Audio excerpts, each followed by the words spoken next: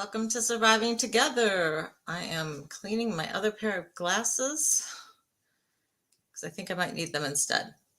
I was monkeying with the lights too. I do not have a great setup thus far. Nope, other ones.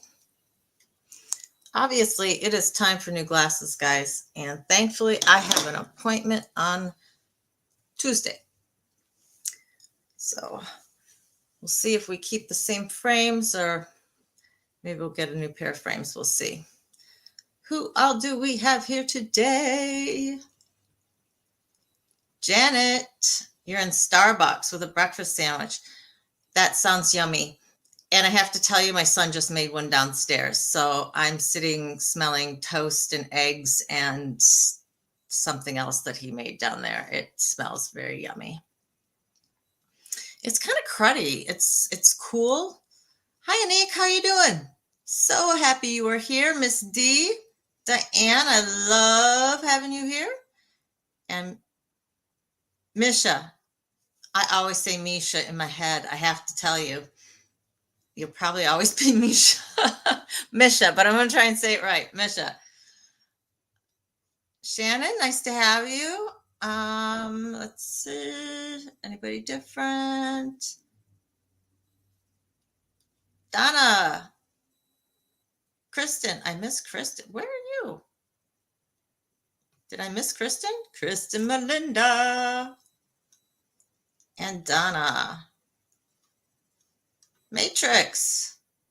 How are you guys seeing them and I'm not? Do I not have all chat on? That is weird. Anyway, how is everybody doing today? I know it was kind of a weird morning if you watched the Lifeboat, and that is why I decided on today's subject, because we're all going to have good days and bad days, and being able to deal with those and bounce back and not have our bad days go into really, really bad days is extremely important. So you're not invisible. I see you.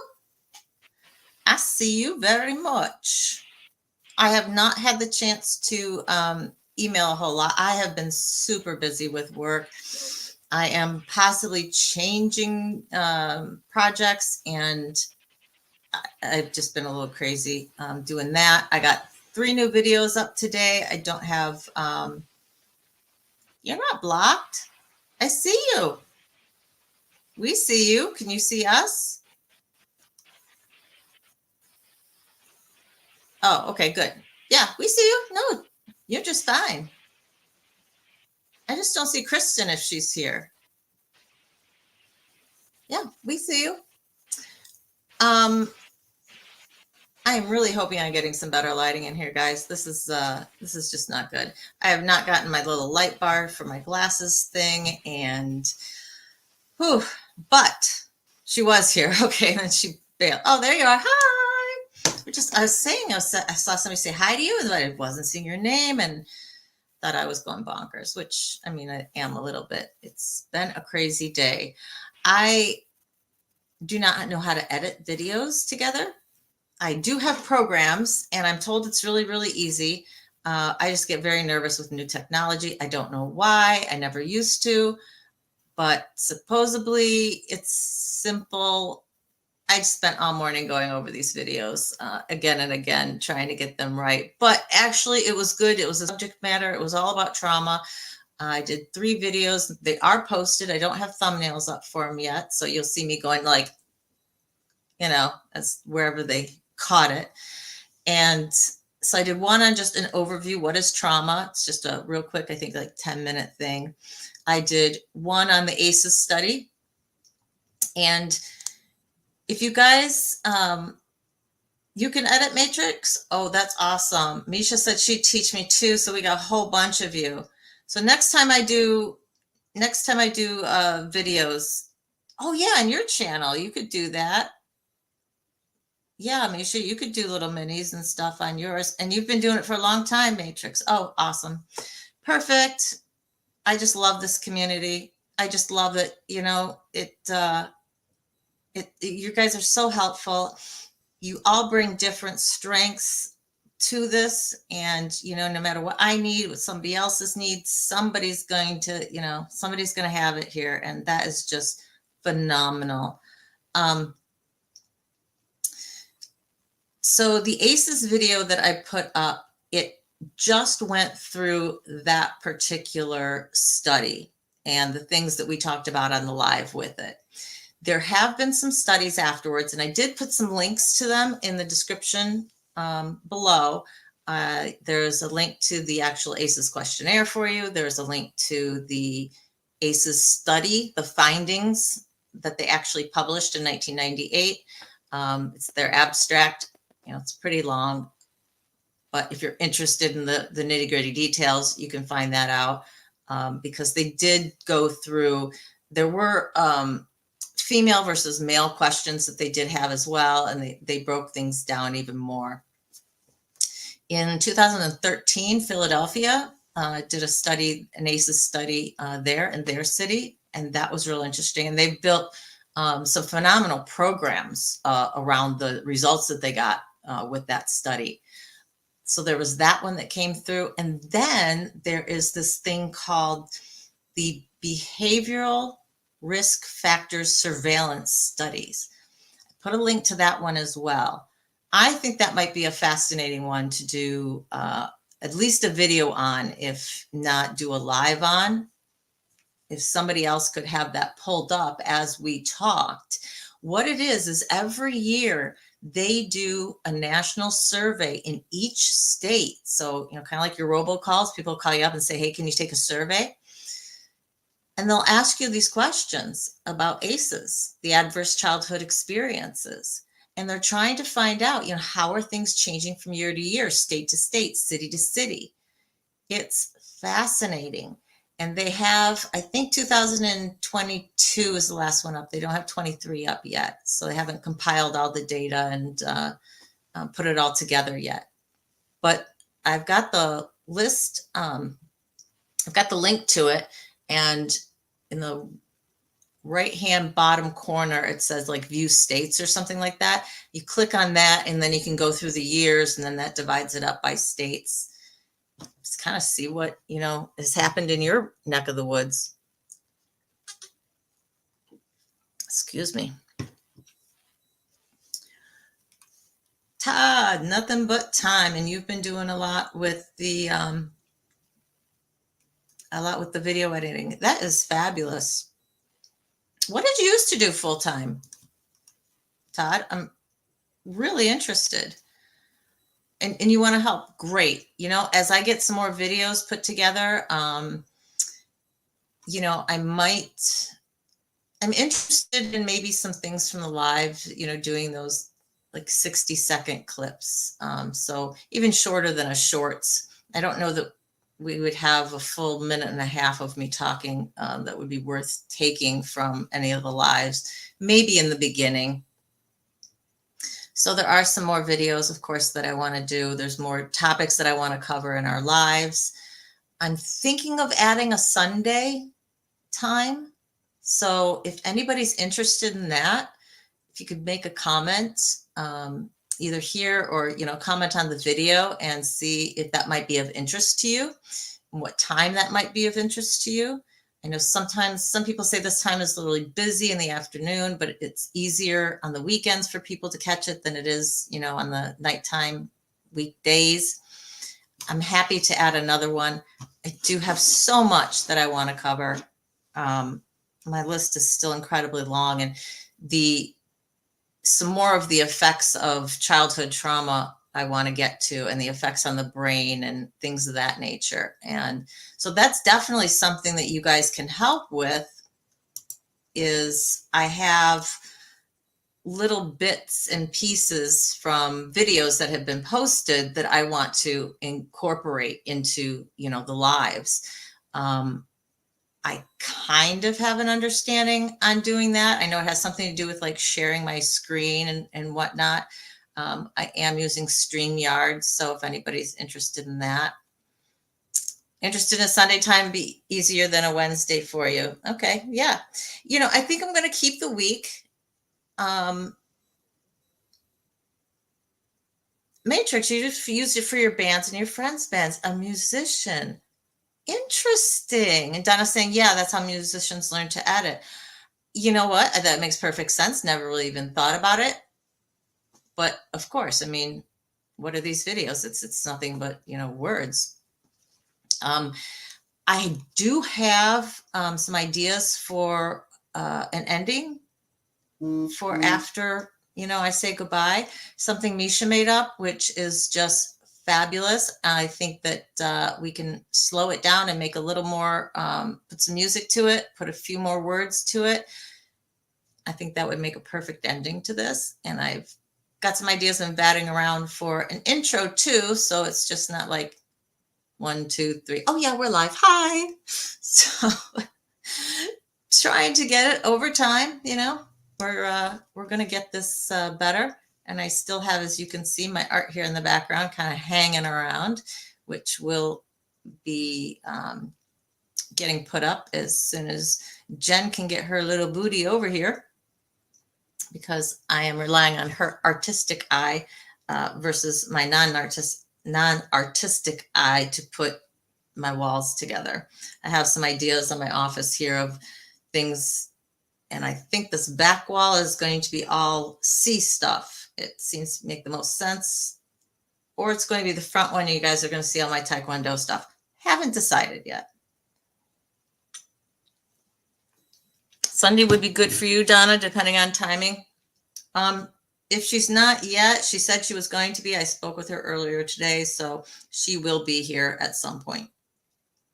I know she was doing some work, so she may not have made it back home yet. Donna, what time would be good for you? I don't know what coast that you're on. So put what time and then put like, MST, Mountain Standard Time, or, PCT or PST or whatever it is for you locally. I'm really curious as to see, and for everybody, that goes for everybody. If anybody wants to have, an input on that, because I would love it. Anik, no worries, no worries. We're just glad you're here. As if you can even just be listening on your phone, we're happy to have you.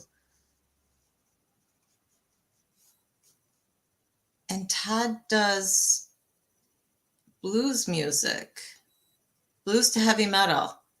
Interesting. Yeah, Janet's taking piano lessons. How cool is that?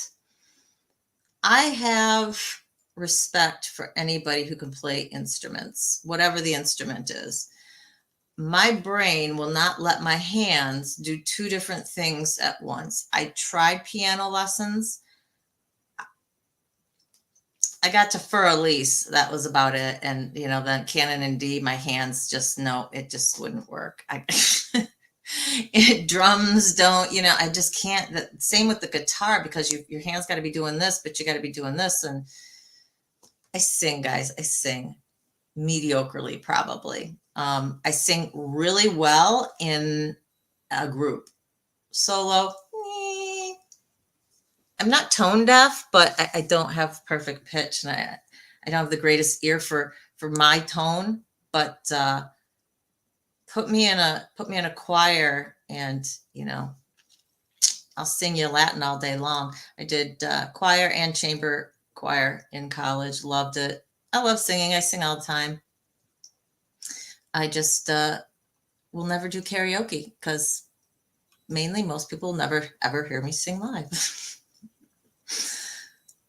I am too, Shannon. I'm impressed by all of the talent that's here. Yes, voice is an instrument. I fully agree with you. But it's an instrument. My hands don't have to do two different things at once on. They can do different things if I'm using them. I am from the East Coast originally, mainly. So that's where I get the talk with my hands thing. My mom does the same thing. I think it's a Jewish thing, honest guys, because they were born and both my parents were born and raised in Chicago. So my dad doesn't talk much with his hands, but my mom and I definitely do. And it drives some people nuts. I do know that. I can't stop it. You'll just have to turn the video off and just listen to my words if it bothers you, because I have tried, I would have to sit on my hands, literally, and it's just not me. So you're going to get dealing with my hands. Um, your sister did her master's in opera. Did she do anything after that, Janet, or was she just doing that in school?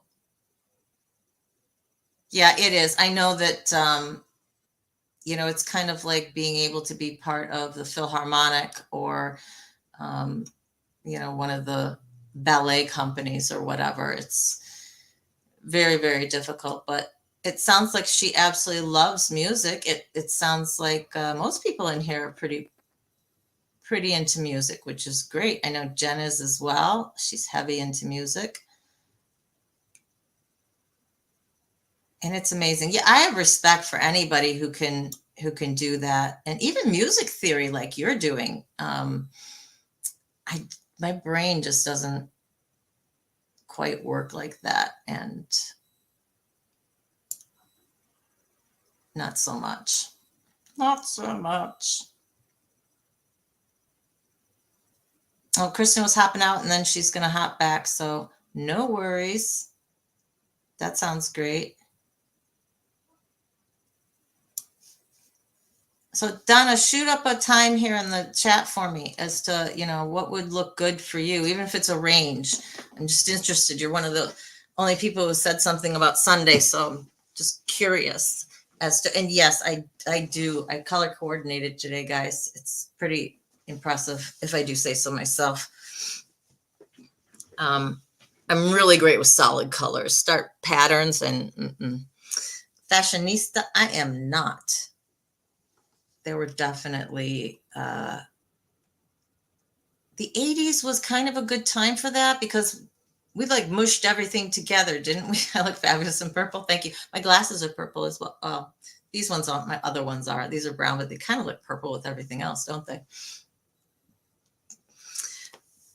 Yeah, I didn't used to look good in this color, and it's because my skin color actually changed. I'm much more olive now, and what happened was I was much more ivory, creamy. My mom's skin, basically. She's Scottish, all that kind of stuff. She had carrot red hair when she was born, type of pale skin.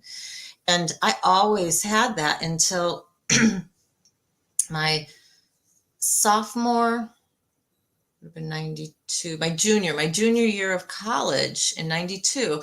I went to Kenya, and basically I went from all summer. I left in September here and then went over to their summer, came back, it's like spring and basically, summer again. So I had almost a full year of summer, and my skin was turned very, very tan, and I ended up with my dad's olive skin at the end of it. Very strange. So I'm never completely pale in the wintertime now, except I do lose the color from my face and my neck really, really quickly. I wish that would stay. But this and like some blues and lavenders and things look good. But when I was pale, this purple did not do well. Never put mustard color on me. Oh my gosh. You guys want to see, it looks like I should go into the hospital. I look green. It's kind of funny, actually. So I own nothing in the yellow spectrum. Donna says, of course, fluorescent and neon colors were horrible with my skin tone. Yeah, mine too. I just went kind of the pastel route. That was acceptable as well. And if I did anything neon, I just had that below the waist type of thing, or just the belt. Beige on you is terrible. Yeah, I don't think beige on me is particularly great. I was in beige the other day, and it was really because that's what I had in the closet. I will admit I am horrible at doing my laundry, mainly because every time I go to use the laundry, it's being taken up. My son is doing laundry. and he tends to kind of leave it in the dryer and, take pieces out when he needs to. So the laundry room is always pretty cluttered, and it's not a very big laundry room to begin with. So I get very frustrated. So it tends to pile up in my room. That is actually one of my goals for tomorrow is laundry, believe it or not. Yeah, kind of sad. Yeah, yellow is a tough color to pull off. I think with the darker tone skins, definitely anybody of, African descent or the islands, those darker tones seem to go well with it. I don't know about Mexican or Spanish or, Latinos or Latinas. Not really sure how it goes with their skin. I think some of it goes with their skin as well, but I know definitely this is not a good one. Misha, you played Miss Iowa in a school play one year, and your mom made you wear a yellow chiffon fluffy fluff dress. I love it. I absolutely love it. Oh my gosh, that's hilarious. I played the grandma in Red Riding Hood when I was 5. This was kindergarten. They never put me in another school play again. I don't know why, but I moved around a lot after that as well. So probably had something to do with that. Fuchsias. See, now, obviously you can tell makeup is not my thing. So I don't tend to go with bold colors at all. I don't do, I do like mascara and maybe some lip blush, and that's about it. It's just not one of my things. I'd love to eventually, but silver hair can absolutely be gorgeous. Yes. I don't know if you can see it. It's not silver, it's white. So all of this white that's on top that you see, it's all this top layer. And again, that is from when I went to Kenya, and basically all of this bleached. And I came back with this blonde layer because I was out in the sun all the time. And I have not blonde hair. And then it kind of went back to its normal auburn, and then it got darker as the brown. But when it was time for me to go gray or whatever, I never went gray. I just went straight silver, and it's pretty much this top layer here. Underneath, I don't know if you guys can see it, there's really nothing. This is not colored hair, by the way. It's a little off by the coloring of the camera. I will tell you, it looks kind of purple, but there's nothing under there. It's just white on top. I know, it's very strange. Oh, it doesn't matter what you look like, Todd. Doesn't matter what you think you look like. You guys are all exactly. That was pretty much, I was supposed to just go. And I will never forget the director was so freaking mean. He was like, you look like, just name something. I don't know, constipated, horrified, you're just supposed to look surprised. And I'm like, okay, I'm thinking surprised. What do you want from me? I'm 5. It just, yeah, just was not great. Yeah, we don't, I'm the only one you see on a regular basis, unless, you guys have your channel and you're putting that up. And I think that's actually a wonderful thing because we get to know each other. I got to know you guys before I even had my channel, with just the lifeboat. So the qualities that I like in all of you are what I've learned from you. And it has nothing to do with what you look like. So, sometimes when you look at somebody, there's some assumptions that you'll make, whether you mean to or not, it can be subconsciously. And I think that this is such a better way to get to know somebody. That is the one thing with online dating. If you don't put up like a lot of pictures, that is is unique is that you can get to know somebody without focusing on the superficial. I'll let you know how it goes. Jury is still out with me. Sandy, so glad you're here. You pay dearly for every wrinkle and gray hair, Misty. Yes, indeed. I did as well. If you could see that I'm kind of like, Play-Doh now, my skin, there's a distinct lack of firmness.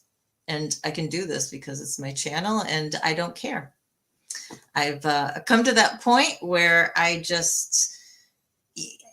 look at all of the things and they're like, do this for, so you don't have the turkey neck, or, do this so the jowls, go back up like this. And I don't have the energy, guys. Seriously, unless there's like a cream I can just put on once at night and it's going to tighten everything up, I do not have the energy to spend doing that, because to me, you could spend so much time worrying about what your hair is looking like and what your skin is looking like, what your makeup's looking like. And that just takes up too much energy in my brain. But that's who I am. So for some people, it's much easier for them to do. It's like second nature and it's no big deal. Shannon says online dating is difficult for you. Yeah, I don't know if it's easy for anybody. I have not found it extremely rewarding. I've met a lot of people online, but that does not mean I've met a lot of people in person. And of the people I have met in person, very few have ever gotten to a second date. Truth. It just is what it is, and I think part of it was what I was looking for at the time. When I first started dating, I wasn't looking for, a long-term relationship. I was just looking to meet people. And so even if it was just 1 or 2 or 3 dates, that was fine with me, because I was just getting out there after not having been for 9-10 years. I had just been raising my son. I hadn't been dating at all. So I just do it occasionally now. I kind of stopped because I got very disillusioned. A lot of people were just interested. I'd like friends with benefits. Well, gosh, golly, aren't you a commitment person? I mean, I just, it wasn't something I was interested in. And that's a lot of the feedback that I was getting, is that people wanted that. And Matrix, I will tell you, with dating, online dating, it totally depends on the site, because there are some sites that I have been onto where I've barely gotten a nibble. And there's other bites where it seems like it's a deluge, So I would highly encourage you, if that's something that you do want to do, that you experiment with a lot of different ones. Now, I don't know if you have, but also if it's been a while since you have, there's probably a whole new grouping of people who have gone out. So how you doing? Yeah, I had a pretty thick New York accent when I moved to Iowa. You met that husband online.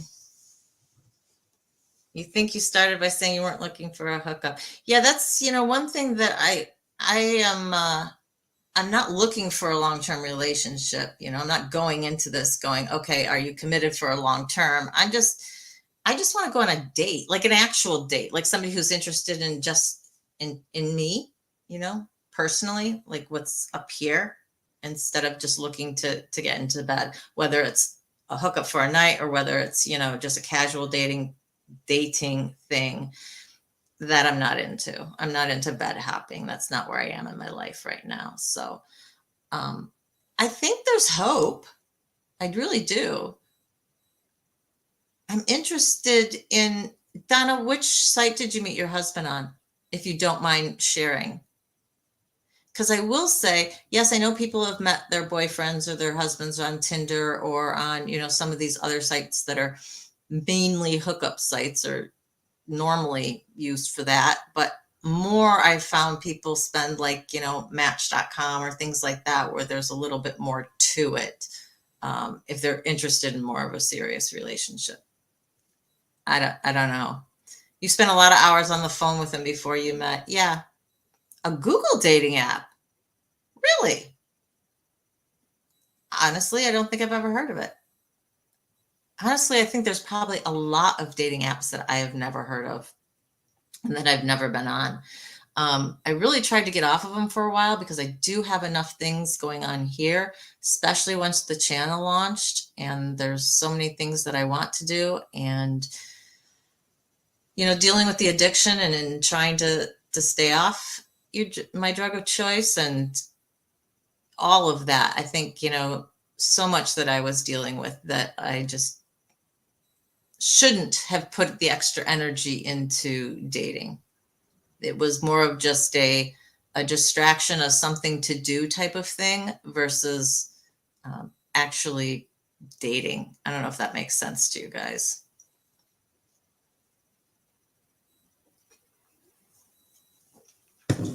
Sandy says when you met, I'm assuming your husband or your boyfriend, he had an ad on Craigslist saying you wanted to meet people to hike, and you were hiking back then.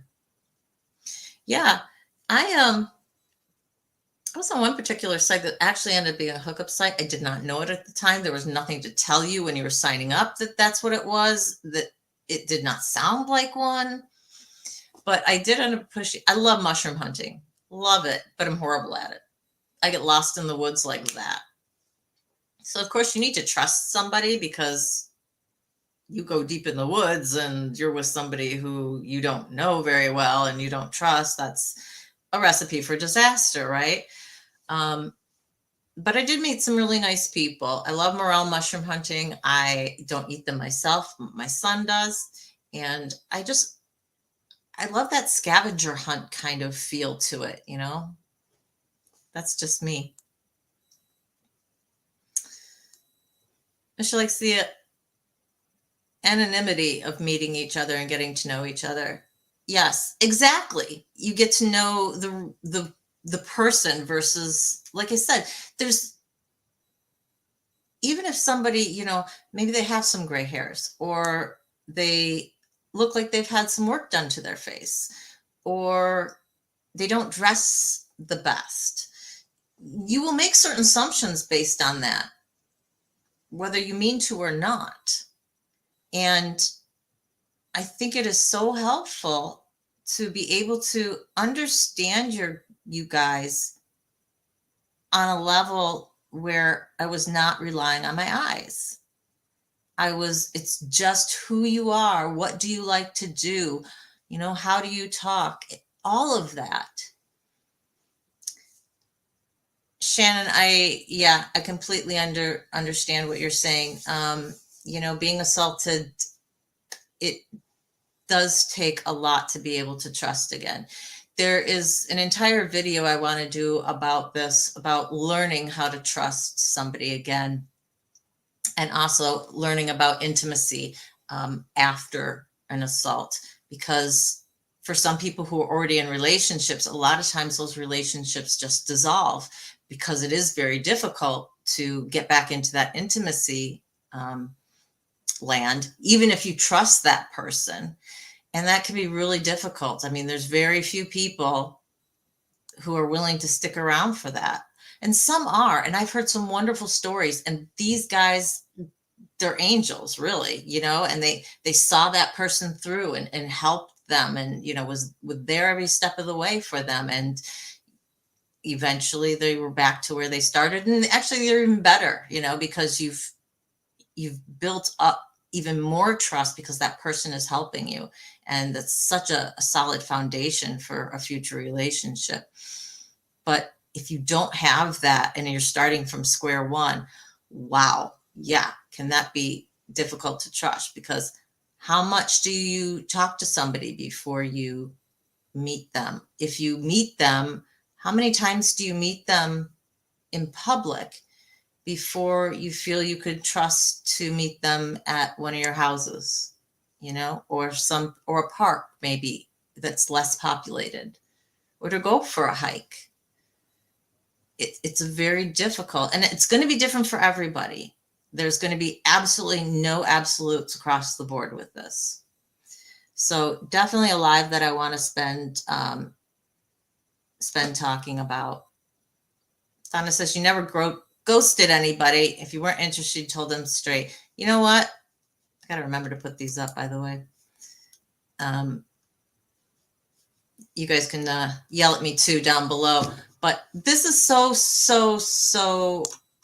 critical, I think, because a lot of people just ghost. You're talking to them one day, you could be talking for days, and then all of a sudden nothing. And you're like, okay, did you lose my information? Are you not interested?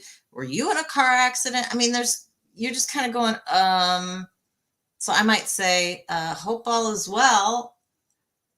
And really that's bothering them because they were ghosting me and I don't know that. So I would rather somebody just tell me, but I will say I am guilty of ghosting some people. And it's more of I got busy and I didn't intend to. I just kind of fell off with that conversation and I never said anything up front. So I'm not perfect. Do you need a chaperone? You may.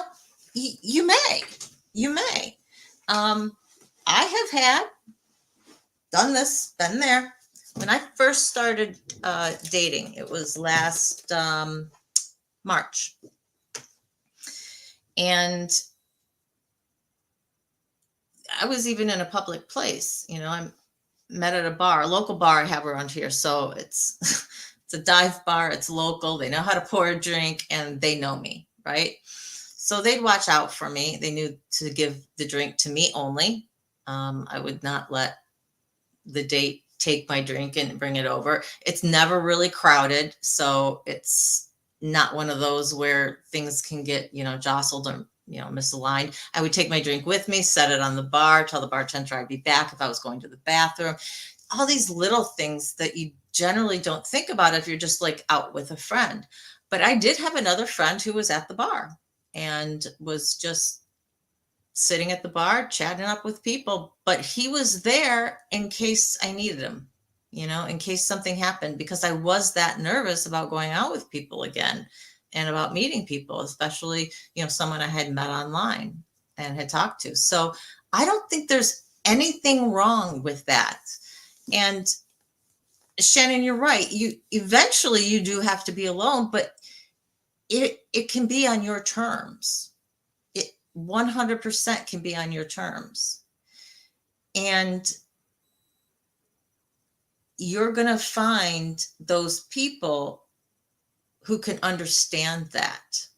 And those are the people you're going to want to be with, right? Those are the people who you're going to want to be friends with. And those are the people that can potentially then grow into more than that. And it may be that for you, because of your situation, you're going to need to definitely be friends with somebody first, where there is no expectation of anything other than we're friends. There's no holding hands. There's, none of that. Hugs may even have to wait, depending on how you feel about physical contact, until you can build up that trust.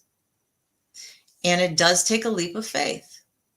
At some point, there is a leap of faith because we can read people wrong. But, it depends on if it's a leap of faith that you're willing to take at that point in time. I always make sure that I have somebody who knows where I'm going. My son always knows where I am, no matter what. If I'm going to somebody's house, I will give him the address. So you protect yourself as much as you can. And we'll dive into this a little bit more as well.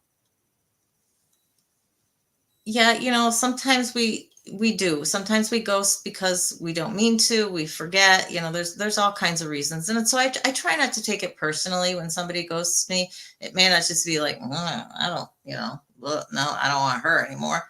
It could just be circumstances, and I try and keep that in mind because it's happened to me.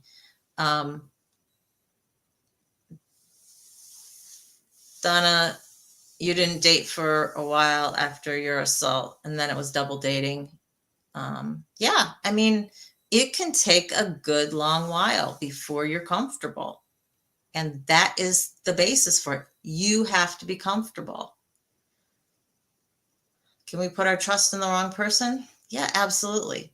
And that's why I'm saying there is a point where we have to take a leap of faith and say, I've done everything I can to ensure that this person is trustworthy, that this person knows what I've been through, knows, depending, because it all depends on how much you're going to reveal of yourself. But I would definitely suggest, it sounds like from you, and I'm correct me if I'm really off here, but it just sounds like for you, you're going to have to take it really, really slow if you want to go out into the dating pool. And I would definitely start with the, hey, I'm looking for friends to do with type of thing. Because there are people out there like that. I have a good friend who is off on an adventure right now, but all he was looking for was people to do things with. He knew that he was not in a position in his life where he could date. He couldn't give any of that to somebody. So all he had to give was just, getting together for coffee every now and then, or we might grab a drink at a bar or something, or try a new restaurant. And we would talk in between. So that might be something that that you would have to do in order to get back into it and get your feet wet. And there's absolutely nothing wrong with that.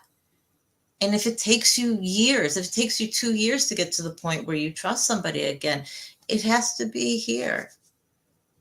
But it would also be something that I would hope that you are going to therapy with. I hope that everybody here is going to professional therapy. And if you're not, that you're at least a part of one or more of these support systems here. Because I think it's important that as you're dealing with something like that, or thinking about doing something like that, that you have somebody or people who are helping guide you through it, or walking along that path with you, so that you can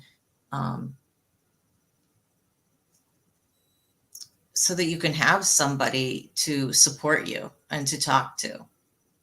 I'll make sure, if it's important for different people, I will definitely make sure and do a video on trust and dating, and I can certainly speak to that. You're going to therapy, but there's a lot to get through. Yeah, and it does. You have to prioritize, right? You have to prioritize on what's important to you. When I first started dating, I needed to get out. I hadn't found the lifeboat yet. I didn't find the lifeboat until later on. I think it was like in the fall. And I needed connection. I knew I needed that. And the only way I knew how to get connection was, online dating. And I've been thinking about it for a while, at least kind of getting back out there. I missed having somebody else to talk to and do things with and whatnot. And my son was finally old enough, and emotionally, he was in a place where he felt okay for me to be going out. And I just met a lot of different people, and I just talked to a lot of different people. And that was my connection, and that was my getting out. And then I stumbled into all you guys and was able to deal with, the addiction part, which the reasons behind it, I'm still dealing with. Absolutely. So that's why I say I'm not in any hurry to jump into a relationship. Dating, it's not necessarily dating with purpose, but it's dating to get to know somebody. And I think that's different than what some people call just casually dating, which also means casually jumping in bed together. And, I'm over that. You're tired of living alone. Yeah, see, that's the thing, is that I live with somebody. I have my son, but I was as an adult, I was alone, right? I didn't have other adults to talk to. I had been this way. I'd been self-isolating for years. It was easier. I had a breakdown 10 years ago, and trying to get out of that, it took a whole hell of a lot. So that was my way of stepping out. And there are apps where you can just step out and just, as friends, public places, and no expectations. You just start talking to somebody as a friend. Just say, hey, I'm not ready to jump into the dating pool, but I do want to, get back out there and, with connection and meet people and do things with. And there are people who that's what they want to do. And you can tell, you will be able to tell, even just through text talks, if you're not talking on the phone yet, whether or not people are being true about, yeah, I just want to be friends type of thing. And there's no other expectation behind that. To me, at least, it's always kind of come through. There would be a comment or an undercurrent or just something. And trust your gut, trust your intuition. And if your intuition ink-snays 15 people in a row, well, that's what it does. So I think there's hope. I don't think you have to be alone the rest of your life. You're just going to have to take it baby steps. And yeah, you've got a lot to work through, but you can tell your therapist, hey, this is kind of what I'm thinking. I understand. I need baby steps. You need to know someone. Absolutely. Absolutely. And so that's where it comes to talking to them on the computer, through text, eventually moving to phone, and getting to know them that way before you even meet. I know a lot of people who spoke to whoever they were eventually went out with. And some of them, were kind of cross country type things. So that was the only option at that point, but did it for the better part of a year. And it's because they really wanted to know that this was somebody who they could get along with, somebody they could trust, somebody who was going to take them seriously and put their needs first, or at least, be a good priority within that relationship. So take it as slow as you need. Take it as slow as you need. And if you guys ever don't want your comments to be like put up on the screen, we should have like a key. Should we have a number or a letter that you type first so that it's not posted for absolutely everybody? I'm totally willing to do that because we do deal with more sensitive subjects, and sometimes you're just talking to each other, but if it's put up on the screen, it's feels a little worse.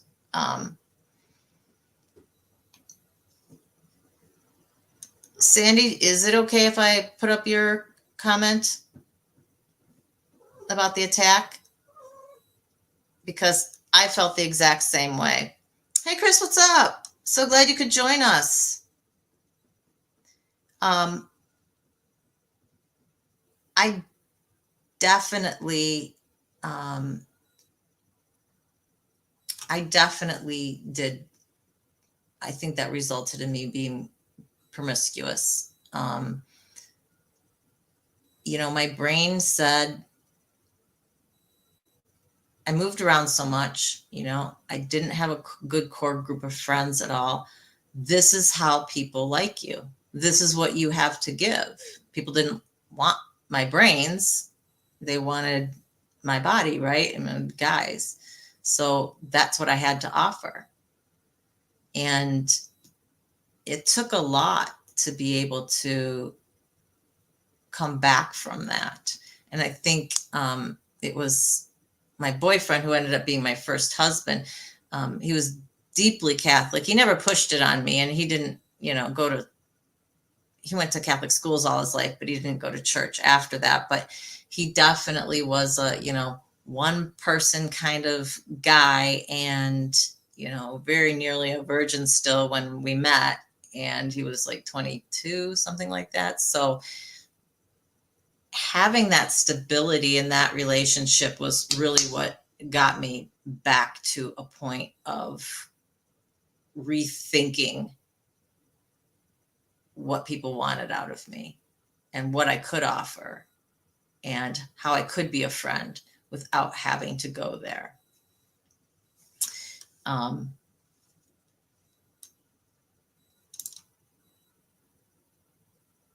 Matrix, you don't like being alone. I don't.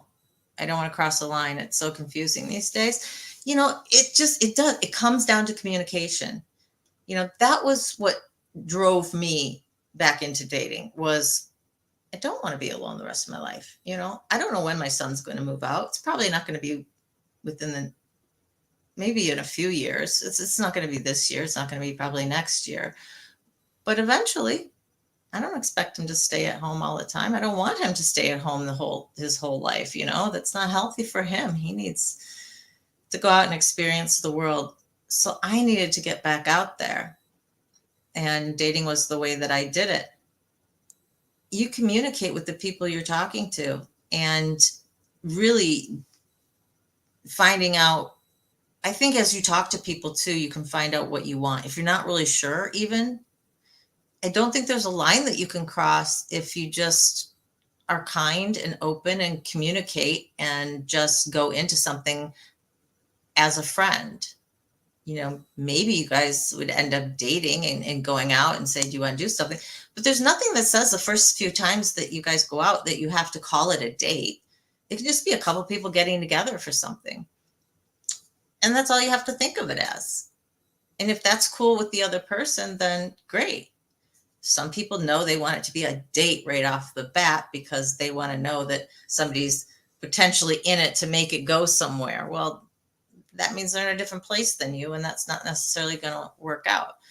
The only people that seem to cross a line with me are the ones who don't respect my boundaries. I have pretty thick skin sometimes when it comes to the dating apps, I guess I do. Because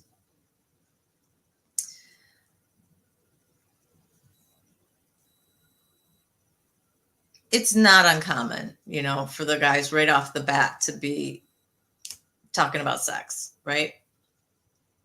And for me, that's a big turnoff.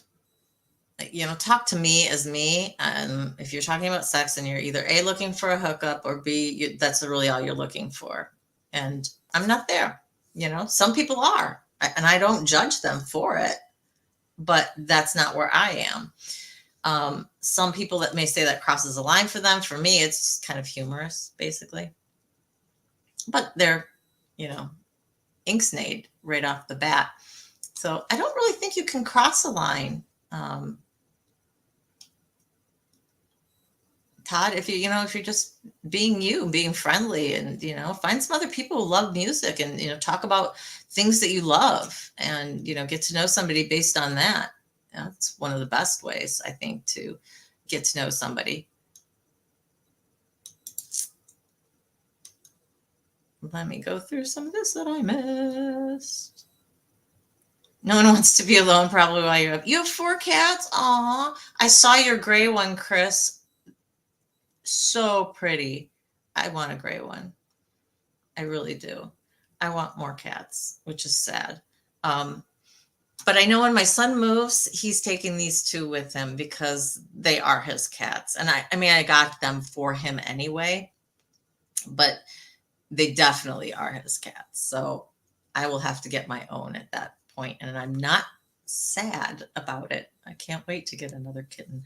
My son actually wants one now. And I'm like, no, we can't have a 3rd right now. And because then that cat would get attached to the other cats and you leave, you're going to have to take 3 cats with you. It would just be a whole mess. I did see somebody on Lifeboat who said they had 15 cats.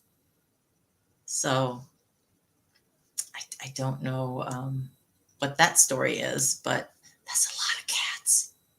That's a lot of cat litter and a lot of cat litter boxes. And that's what is just like for me. Oh, Donna, no, we don't want you to be that way. We don't.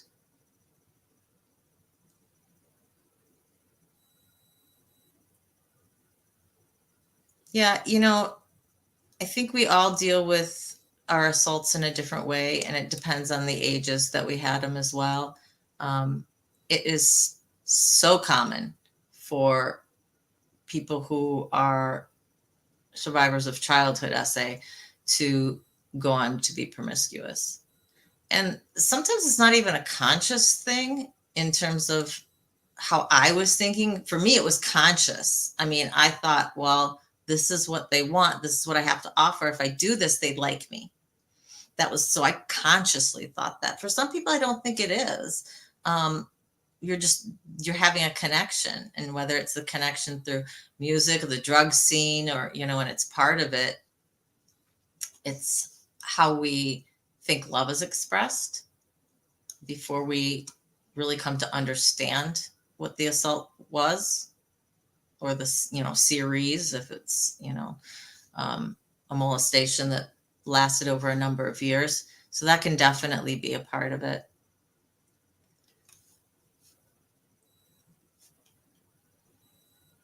Hey, Kristen, you're back. Yay. Yeah, this is Misha says, sometimes I think expectations become something different for everyone. I think men, women can be friends without the sexual aspect. They absolutely can be. For me, it becomes an expectation / responsibility, whether you're going to do PDA, et cetera. Yeah, absolutely. I have had this argument with my male friends, and they say, yes, definitely. This is what most of my male friends say. You can have a platonic relationship between men and women, but the woman will always be somebody the man finds attractive. And I thought that was interesting. But a lot of them say that. I don't think it has to be that. But I'm looking at it from a woman's perspective, so I don't know. What do I know, right? 3, your cats are gray, Chris. I'm just going to have to come visit you. You're really far away, like really far away. Maybe you can bring them this way. What were you doing in Tucson, by the way, or Albuquerque, or wherever it was? No, it was Tucson where you met. You were down at the burger place, right? Did you fly down just for that? I've been meaning to ask you. I'm interested, Chris. I'm very interested in how you were there.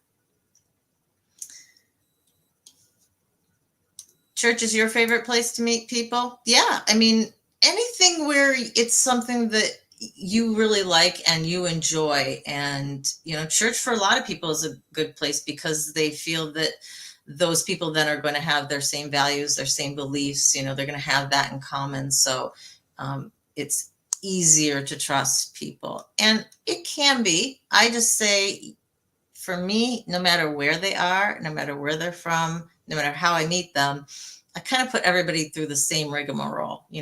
There's questions that I have for them. They need to be able to respect my boundaries.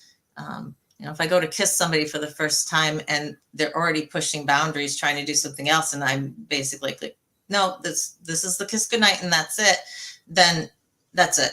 If I don't want to have to argue with somebody or explain my boundaries, I've said them, they should be respected 100%.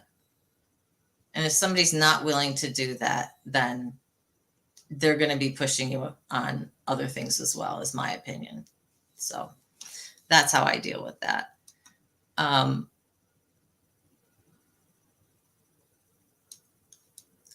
are you looking to get back into connection, like in-person connection? I think that you said that, or do you have somebody? I get confused with everybody. I really try.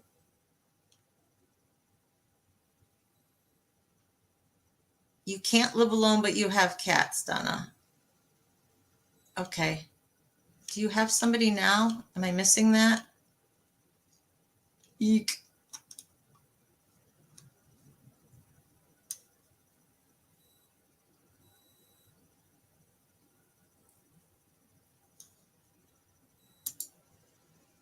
Yeah, Ben was there. I thought you guys kept talking about Chris. What did you just send him Did you just get sent, Chris, a tube of those peanuts? Because Ben kept talking about you trying to kill him. So for some reason, I thought you were there in person. But the pandemic messed a lot of people up. I hope you're content, Donna. You know, if you're not, there's ways to be. There's definitely something to be said in the video of not settling. And not saying that you have. I just hope you haven't. You're listening on the way to picking up your daughter. Well, Kim, we're so excited that you're here. And because can I announce it? Can I say it? Well, I'm going to anyway because you can't type. Ha ha. So Kim invited me on her show. We had talked about that last time on the last live. She contacted me and we have decided on the 4th. So April 4th at 7:30, I think is our time. We will post it and it'll be out there and everything. But I'm pretty sure that. So April 4th at 7:30, I'm going to be on Kim's show, My Other's Keeper. And I'm excited about that. First time I'm on somebody else's show versus having somebody on mine. You have a quilting buddy. Woohoo! That's awesome. I think quilts, blankets that are homemade, things like that are just so incredible because you can personalize them so much. I have a batik that I would love to have like put into a quilt. You know, it could be like the centerpiece of it, and it's almost like a tie-dye, but it's a thick material. I brought it back from Kenya with me. It's still folded up in a box somewhere. You know, I have a bunch of things like that I think would make great for going into a quilt. Miss D says extrovert into introvert with the pandemic. Yeah, this happened with a lot of people. And I won't say that I was an extrovert before. I was when I was with my group. Okay. So let's say my first husband was a hockey coach and we traveled. We traveled with them and we had a group of parents and we just loved, and we did things outside of hockey as well. So during the summer and everything, you know, this group of parents would get together and we had so much fun. And when all the kids graduated, some people we still maintain friendships with, others, you know, kind of fell off. When I got through with that, I fell into my dojo, into Taekwondo again, and I was working out, you know, 6 days a week. And I was also running the dojo from the administrative part of things. And so these became my people, and that became my world. It was work, and it was them. And this was right after I finished law school. So once that kind of fell through, that's when I got into my marriage with my alcoholic husband. And they're very self-isolating by nature. And he was a drinker at home. So that's kind of when the isolation for me started. I mean, I had my husband and eventually then I had my child, but being with an alcoholic husband, it was pretty much just like being a single mom.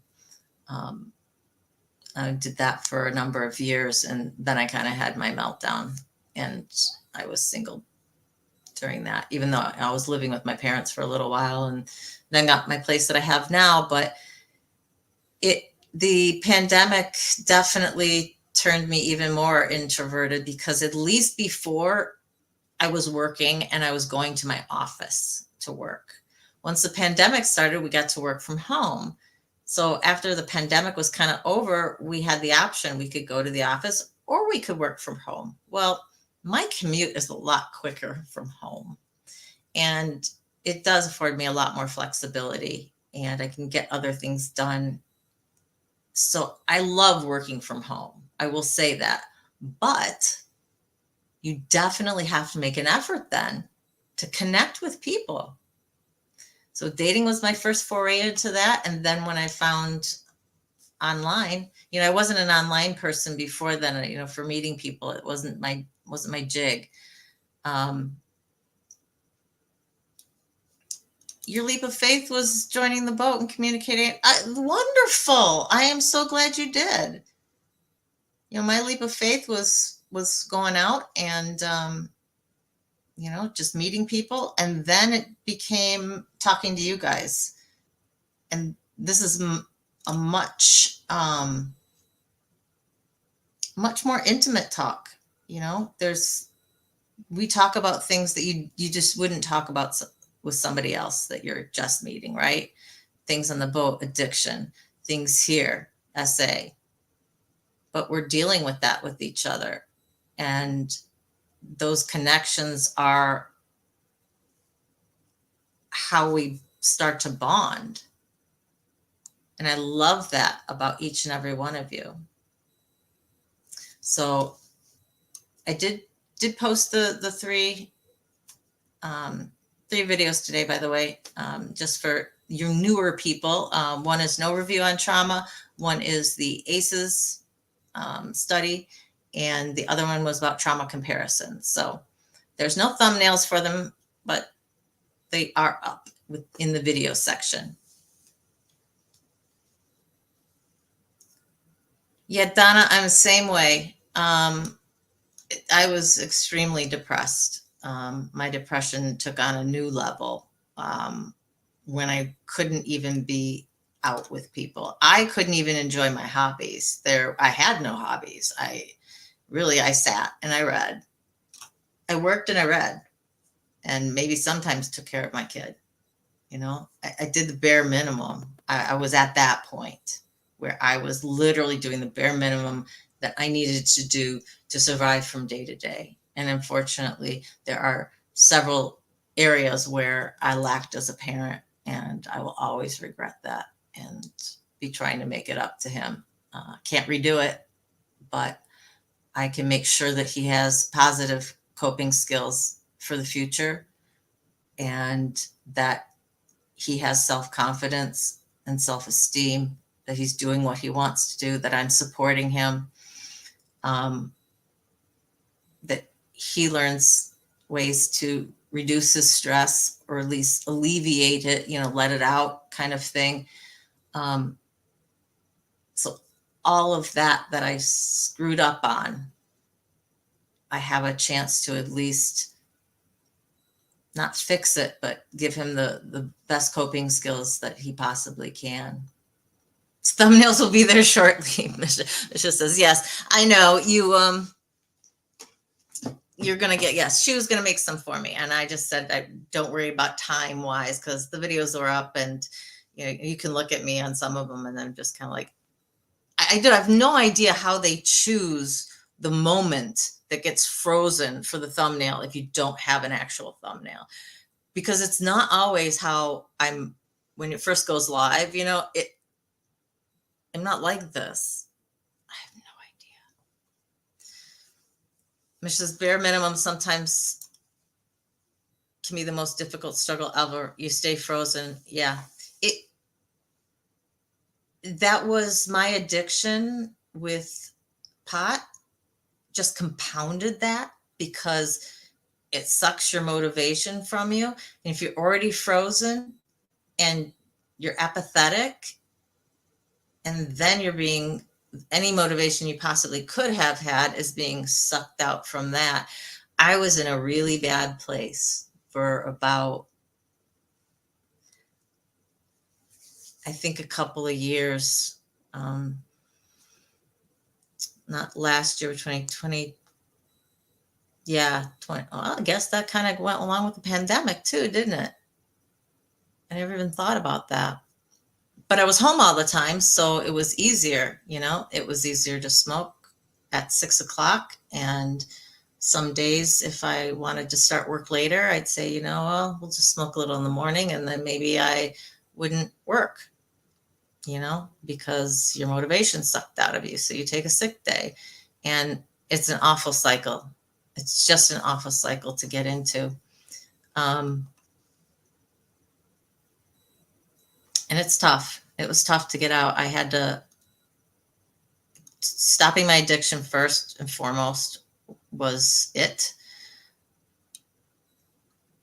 Getting out with people through the dating helped, but making the connections with all of you guys through the lifeboat and through needing a meeting and through here.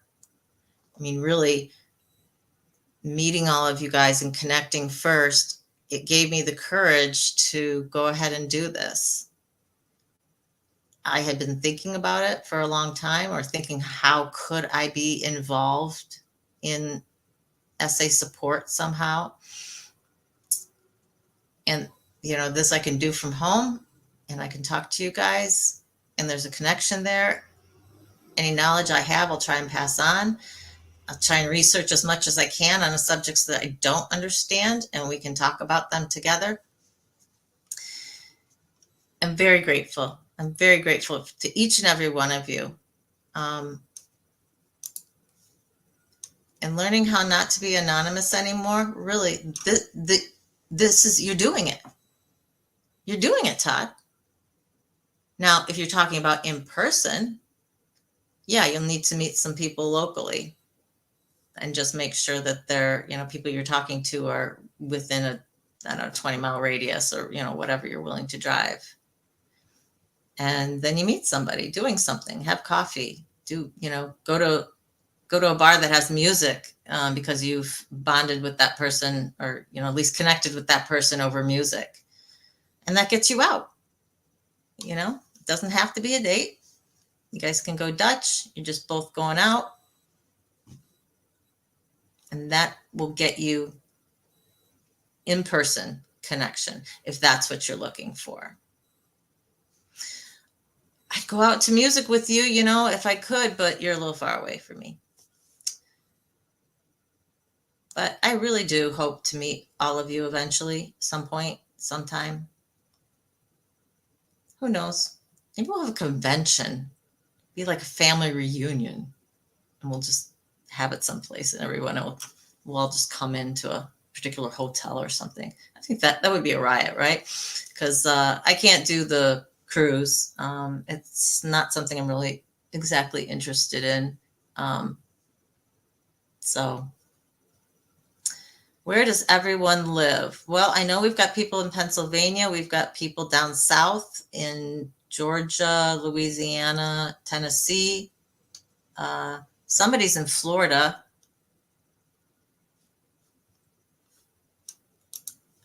Misha says, anyone wants to branch out with the channel? Let's do it.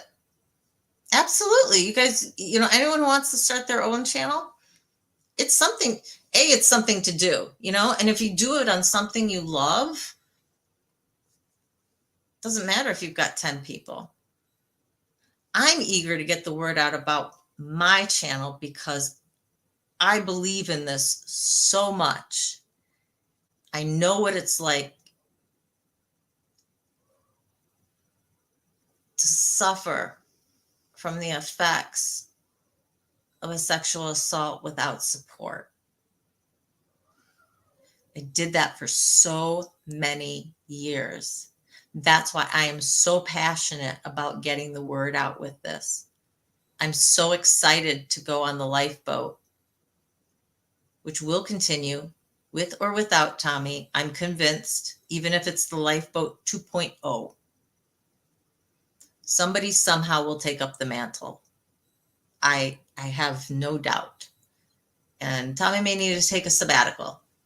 And if you're listening, Tommy, take the time for yourself. We are here to support you. We love you. And Lifeboat will survive. I get my word out with this. I want to package it like a public service announcement to people who aren't dealing with mental health issues. For anybody, channels that are something else. JD Delay, it's a prison thing. But public service announcement, hey, if anybody needs support in this area, here's a channel to go to, right? I think that I can get the word out that way too. So I just want to help as many people as it possibly can. He did a new yoga video today. Oh, wonderful. Good. Tommy isn't going anywhere just yet. No, I don't think so. he's a real person just like we are, who has his struggles. They're as real as ours. And as much as he's been through and as much knowledge as he has, he's still got his own shit. Just like us. And that's the wonderful thing, is we can still be there for him. And he's still there for us. Look, a new yoga video. Yay! Todd's an hour outside of Philly. I used to live in Philly. We discovered that we probably lived in Philly at the same time in the 90s, which is really wild. Janet is moving. Yes, she's in Alberta right now, but she's going to be moving to British Columbia in the fall, which I'm so excited about because I do plan on visiting. It will be a trip, but I'm sure Detroit on over. Yeah, sure, absolutely, 100%. We all have our bad days. We all have our struggles. And that's why I titled this, When We Struggle. When we struggle the most, I think that's when we need the connection the most. Maybe not that one particular day. Sometimes you just need to take time and space to yourself. But it's when that time and space to yourself stretches out and stretches out and stretches out, right? Then the self-isolation can become an issue. But sometimes you just need to be able to do something else, So one's for Tommy. We definitely wish him the best. Sandy, your husband went to UAP. Nice.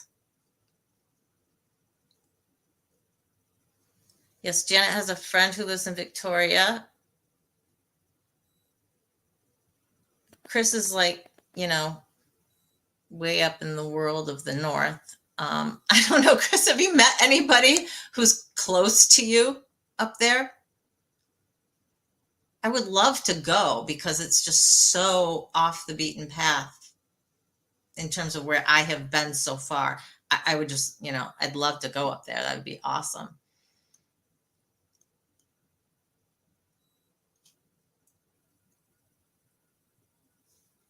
So yeah, when we struggle, I think you got to go back to basics. We're all going to have those bad days. There's some days I wake up and I just know something's off and you just don't feel it, and you feel kind of towards everybody. And those are the days that I do kind of just keep to myself. I might journal a little bit more. I might, I don't do yoga per se, but I do stretches. I might clean if I get in one of those jags. Anything that's just kind of keeps me a little busy, but keeps my mind off any negative thoughts that may be going through my head. And sometimes you don't even have those. You just bleh, we're all going to have those days too. It's just watching out that it doesn't stretch days and days and days that we're not self-isolating, because the more that happens, the more depression can take hold, or if you have depression already, it just deepens. So that's when I really want you guys to reach out to somebody. It doesn't have to be participating in any of the lives. If you want to reach out to somebody in particular on Discord and you just need one person to talk to, I know there's always people willing to talk on Discord. I'm not on there a whole heck of a lot. I'm always willing to talk to you if I can. My time, sometimes I can't fit it in right at that particular moment, but I'll always make time for you. Just email me at survivingtogethersass@gmail.com and I will get back with you. And I'm sorry, I got distracted by the Philly cheesesteak. The thought of it just kind of went, oh, I miss those. I really do. I miss buying, pretzels from the carts or hot dogs from the carts as you go by, in Philly. I do miss all of that. Todd, no yoga, you don't bend well. I will tell you, my son could not touch his toes. He could touch his knees, but he started doing yoga as a class with school. And by the end of 18 weeks, I think it was a semester, he could actually touch his toes. I mean, with his fingertips, but he could touch his toes. And this is a kid who failed. I mean, literally failed, got an F in flexibility in gym since he was in kindergarten. He's very consistent. Obviously, I didn't worry about it, but serious. I'm 100% serious on that. He would get an F. I laughed. We laughed. He goes, I failed. I'm like, I don't care. You're not bendy. So what? I am just because of things that I've done. Your husband and your quilting buddy don't let you sink anymore. That's fabulous. If you have those people in your life. So if you don't, that's when you need to get someone. You need to get a connection, whether it's the connection to the same person or just the same type of people who are willing to be that connection. Reach out. That's where you do need to take a leap of faith if you've been self-isolating to make that connection. And all of you guys, by being in the chat, have been making those connections. And if any of you are just watching and you're lurking, if you need somebody, like I said, reach out to me in Gmail, go to the Lifeboat Discord. Just say hi in the chat. You don't have to say anything more than that. You can just make your presence known. That's a first step. So you don't have to do one thing or the other. There's a lot of different options to be able to try and reach out. Oh, guys, now you're talking about food and you're making me hungry. Yum.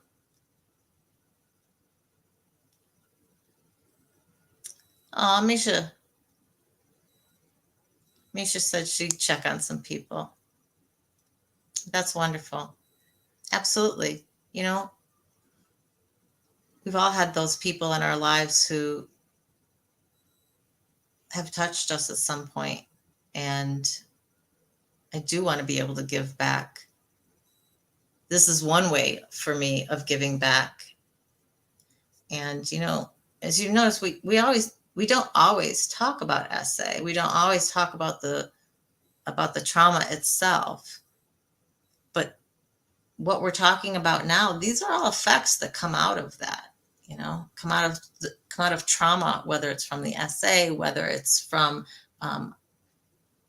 whether it's the effects of an addiction, regardless of what it is. Regardless of what the root cause is. So I love doing this. I love being here for you guys. You're in Sudbury. Is that where Lord Kiss Freak is? Chris, is that where you are? Are you in Sudbury? I'll have to look that up on the map. Sounds like it. Any Chinatown restaurant? Yes, oh, I'm so hungry now. Let me tell you a funny story about a restaurant. When I'm notorious for leaving my purse places and leaving doggy bags at a restaurant. I'm notorious. That's why I don't carry a purse anymore.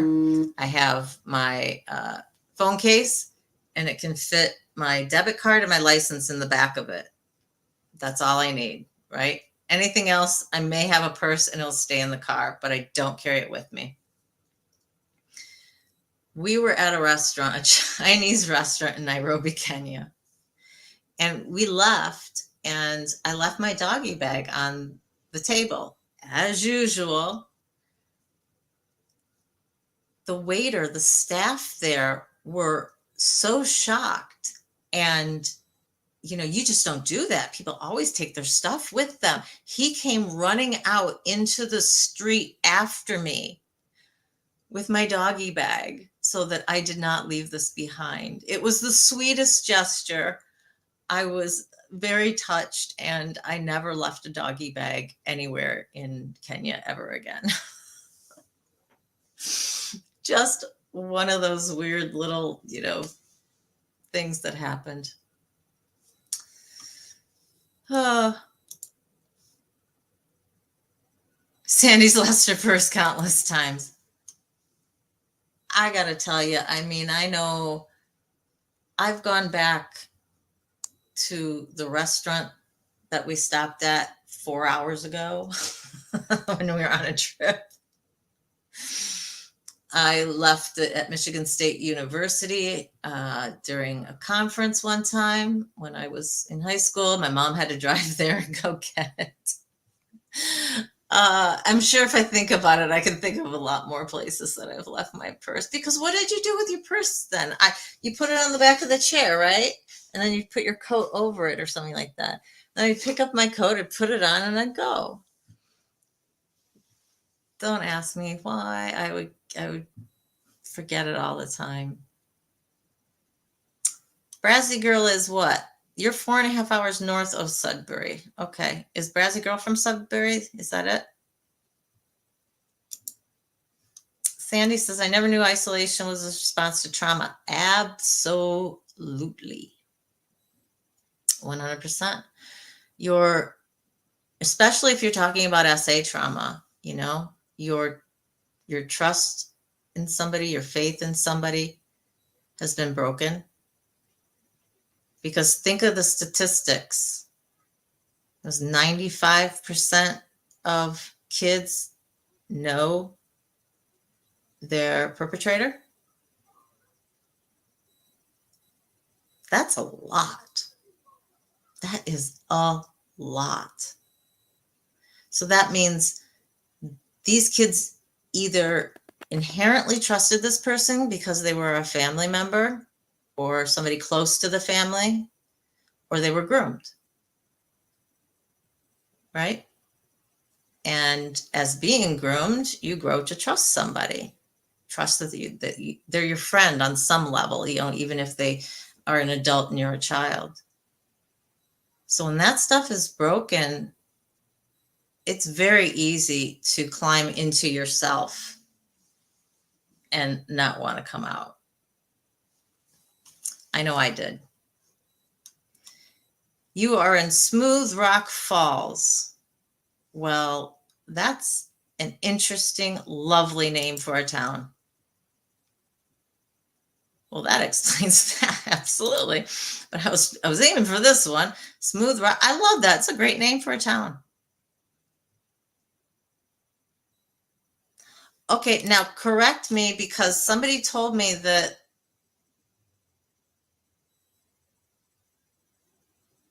LJF. Did you mean LKF? Because Chris, you're still in Ontario. Somebody told me that. I thought you were in Quebec, but you're going to have to clarify that. We're not sure what province you're in. You're in Saskatchewan. Wow. So you're close to Janet in Alberta, right? Oh.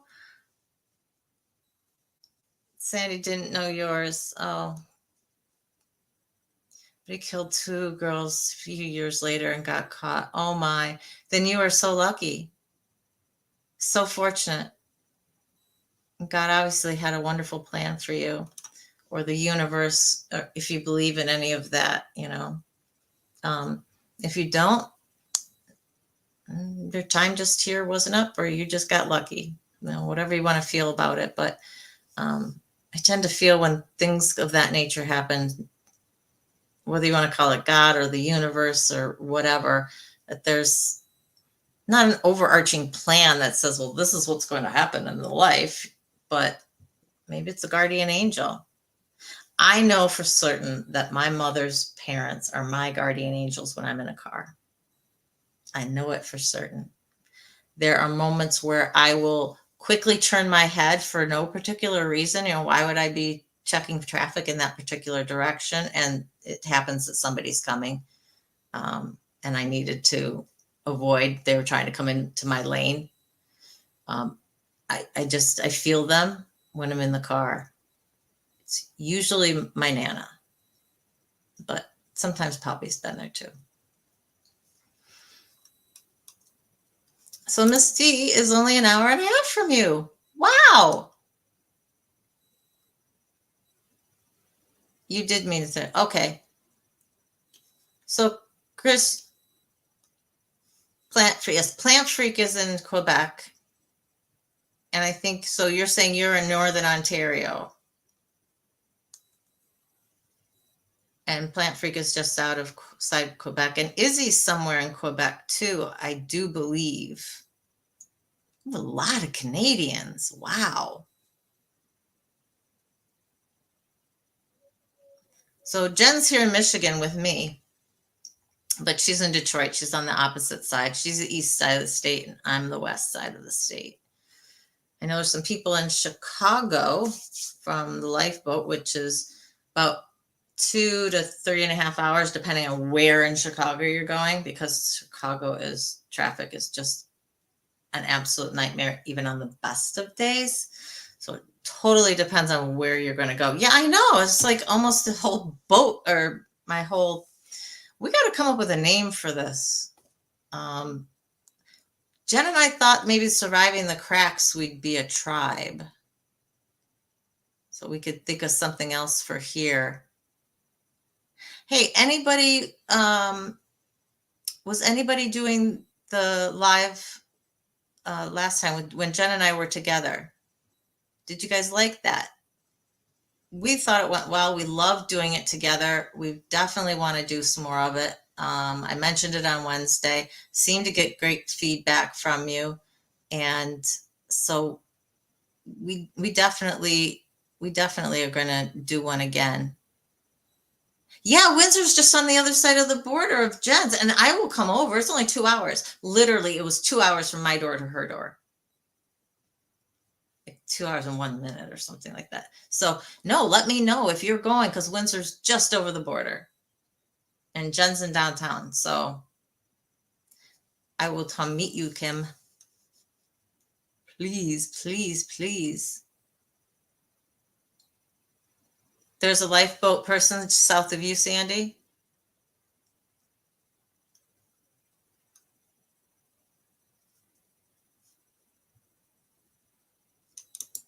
Okay, Misha says, think it would be perfect for all of us who are little dinghies off the boat. So I missed it. Where? Jen Marie is in Detroit, Michigan. So we, the east side borders Ontario. Yes. Subi, I don't know who that is. He loved us hanging out and chatting. Good. Yeah, you know, we feel like that. We do. We feel like two sisters. It's really kind of funny. So you guys want to have something like a little dinghy. Okay. Got to think of something else because given that we're an SA channel, also regular traumas, but I think dinghy might not be the right word for us to use. Just saying. Fleet? Yeah. Fleet of ripples? Little dinghies, too funny. Yeah. Start shooting out comments, shooting out names in the comments. Absolutely. I think that we should name this.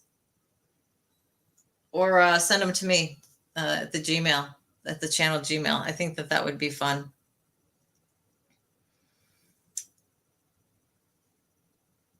Isn't it wonderful that we do have so many of you who have channels for something or another? You know, I know there's Blessed to Crochet, you know, has a channel, and its main goal isn't a support channel, but it's something that she loves to do. And other people get together and crochet as well with her. I think that's an absolute fabulous idea. It's a wonderful thing. Atypical Paul has a great channel, just kind of chatting with him. Similar to this. I think occasionally he has topics, but I haven't watched a whole lot of them. You have 2 whole videos on yours. I got you beat. My other channel has one 50-second video on it. It never intended it to be anything. We put it up when my son was quite young, I think 9-ish or so, and he wanted to do videos, but I would not let him have his own channel at that point in time. So we made one. So that is that is what is on TKD for life. One short video with Legos. Oh, Blessed to Crochet focuses more on connection. You don't need to crochet. Perfect. Skipping stones. I like that. I like that as well. I'll need to write these down in my channel journal so that we can kind of just keep track of them. Paul talks about coping strategies and also art. Yeah, his art, he's got some beautiful things that he's made. Really beautiful. And some of the people on there are incredible artists too. Just, I mean, fabulous. I forget who it was who was doing the watercolors. Was it Tree Hugger? Or somebody was going to send one to Tree? Watercolors are so difficult to do. So hard to do if you're trying to make something, like look accurate. You're not just, making a collage or just swirling colors or something. You're actually trying to draw a particular thing. I think it's such a talent. I have none of that. I can make swirls. I do wonderful swirls. Tree hugging Buddhist is a painter. Okay. Because I know tree hugging and tree hugging Buddhists are 2 different people.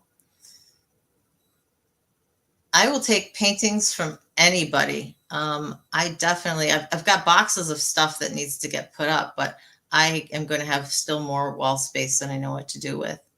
So I will certainly take things.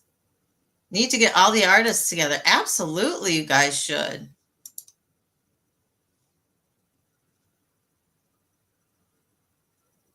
They were arguing against AI art? Really? Because it's just a different medium of making art. I mean, some people make collages with tiles. You're still having to think about it. You're still having to do the instruction. I think it's just a new medium. I don't see why it would be looked down upon.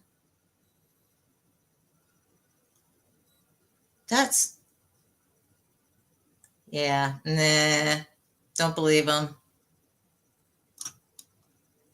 Tampa Bay Man's also an artist. I did not know that. Wonderful.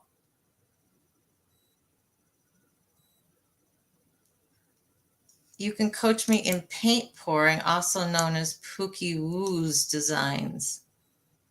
Interesting. I like that paint splatter room that Paul had.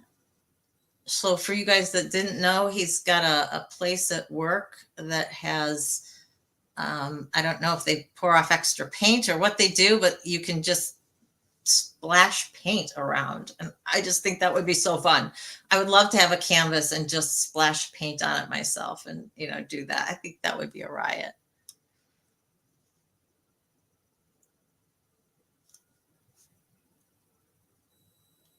Yeah, I know you have a visual issue, and that's how you can be able to express yourself in your art. And I think it's wonderful. I mean, if you don't know, Misha's made several of the thumbnails for us, and I think they're wonderful. I don't think of these things. I have such a hard time with art. I can appreciate it, but making it myself is real difficult. I did like this.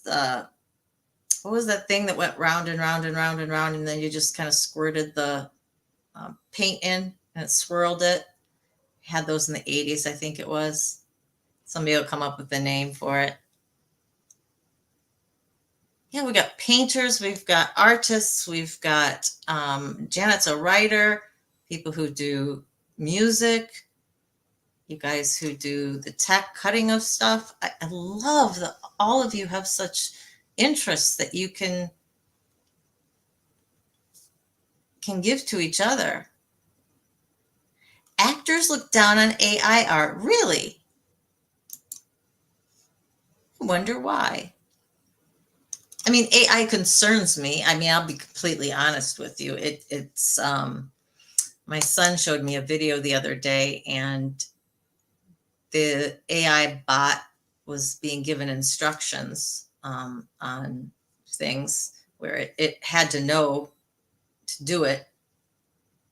It was wow, just wow. That's all I got to say. And I know they're making them by the tens of thousands, and we need to be smart, guys. And sometimes just because you can do something doesn't mean you should do something. We really need to be smart with how we choose to use AI, because I do think it's something that could get away from us. It can be used in some very, very bad ways. That does concern me. Using AI in defense concerns me, and offense. But in art, it's wonderful.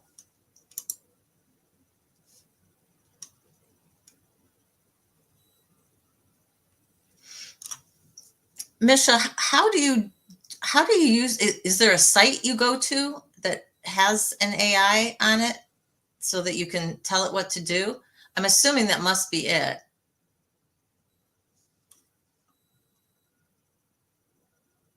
Oh, AI is replacing actors in movies and other mediums. Okay, I can see. Again, it's kind of frightening. AI can replace so many jobs, so many different tasks and roles. It does make you wonder what's going to be left for us as human beings. You know, will there be a need for us?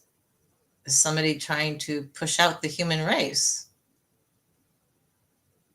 I don't see it happening, obviously, in my lifetime, but there are all these bigger, issues that I think about as to, after this election, what's that going to look like? What are the world powers going to look like in 5 years, 10 years?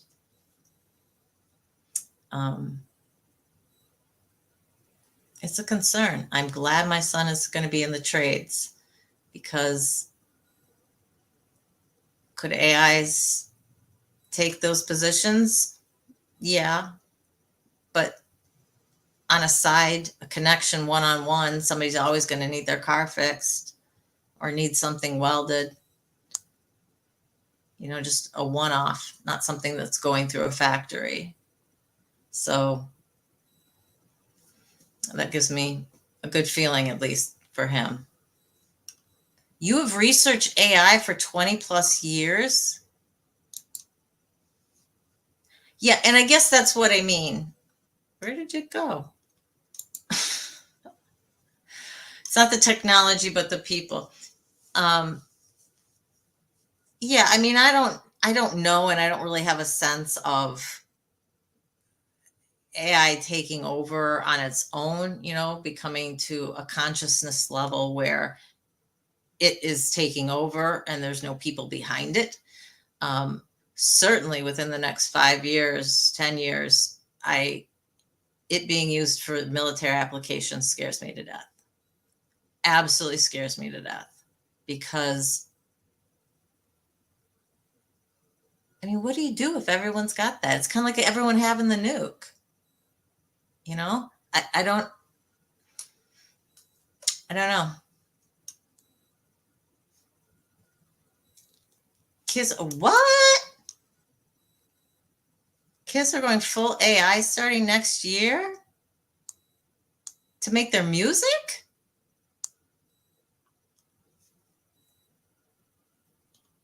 Technical writing has largely been replaced by AI, Janet says. Yeah, some of the basic research in the legal field is definitely being done by AI. One of the Westlaw, which is Westlaw and LexisNexis, are the two major databases that people do legal research in. And Westlaw 9.0, I think it is, has AI. I think you can get it with or without, but with AI. So it's going to do searches for you, and you teach them as you do more searches, right? You're teaching the AI to do more and more and more. I actually had a project where I was teaching an AI to do stuff in the legal field. And believe me, I had conflicting feelings on that. I needed the job, so I did it anyway, but I definitely had conflicting feelings on that. So some people are wondering where it will take, where it will go, what everything it will take over. And here's the thing though, some things it can take over, but does that mean that the people who are buying it, who the people who are the audience, is it what we want? I don't know that we would be accepting of AI music totally, without people behind it and people making it. I mean, I think about a concert. What would that be? Just people pushing buttons? I don't know. Sandy is building an AI to analyze text. That's kind of what I was doing but I wasn't building the AI. Gosh, we have some smart people on here. Dang.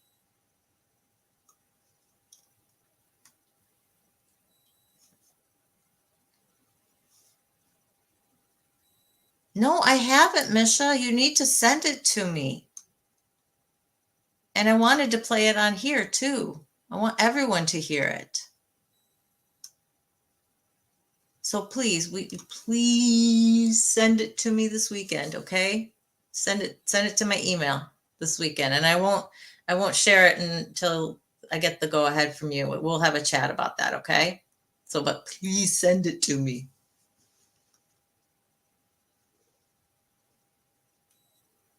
I know her making other music too. I think it's wonderful. I get tunes in my head every occasionally, and I think it would be interesting to put it down. It's a way that I could make music without actually having to play an instrument myself, since my body is just absolutely opposed to doing it. So I could see we got a lot of you who have been involved in AI. Wow. Yeah, AI is much deeper in our society than most people realize. Absolutely. I believe this 100%. Because so much is in the background anyway. You don't think about who's doing it. So whether it's been replaced by AI or not, I wouldn't know, because it's not anything I'm thinking about in the first place, right? This is great. And when we struggle, our hobbies, the things that take us somewhere else, are some of the best things to do. Some people do love to journal and they love to write. Some people can get involved in their art or pottery. I'm thinking about getting our clay out again. And this stuff is wonderful. Modeling clay, I swear to God, it never dries out. It does eventually, but oh, guys,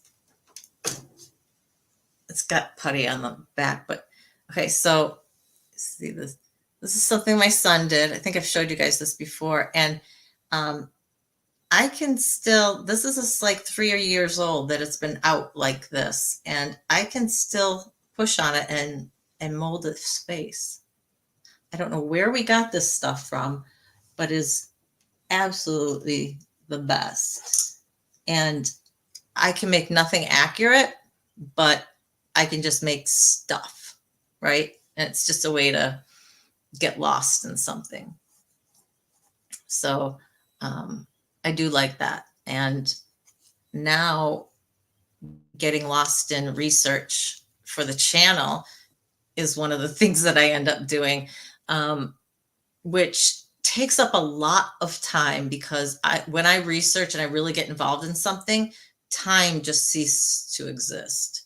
And 4 hours can go by and I will not have known it and I will not have moved an inch. It's pretty amazing. I just get sucked right into it. But I love research. I mean, that's really what I do. That's the heart of what I do. Not what I do necessarily all the time for my job, but I am a researcher at heart. I just found this. This was sitting right next to my thing. I've had this forever, but I will show this to you. Here, that is 4-year-old me. So that's how old I was when I was first essayed. I looked just like that. And this was at my first school, public school number 49. We lived on the Erie Canal, and it was a great house. Had a lot of I do have wonderful memories from there. Also some awful ones, but yeah, it's probably pretty unique. You don't get to see that too often, but this is like my favorite school picture, I guess, that I like. I'm not very photogenic. Everyone tells me I look better in person, so that happens to be the one that I love the most. Oh, eugenics, let's not go there. I think we will get lost for quite a while.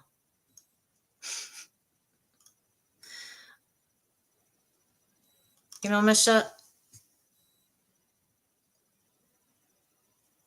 some people wonder whether having those memories is good or bad.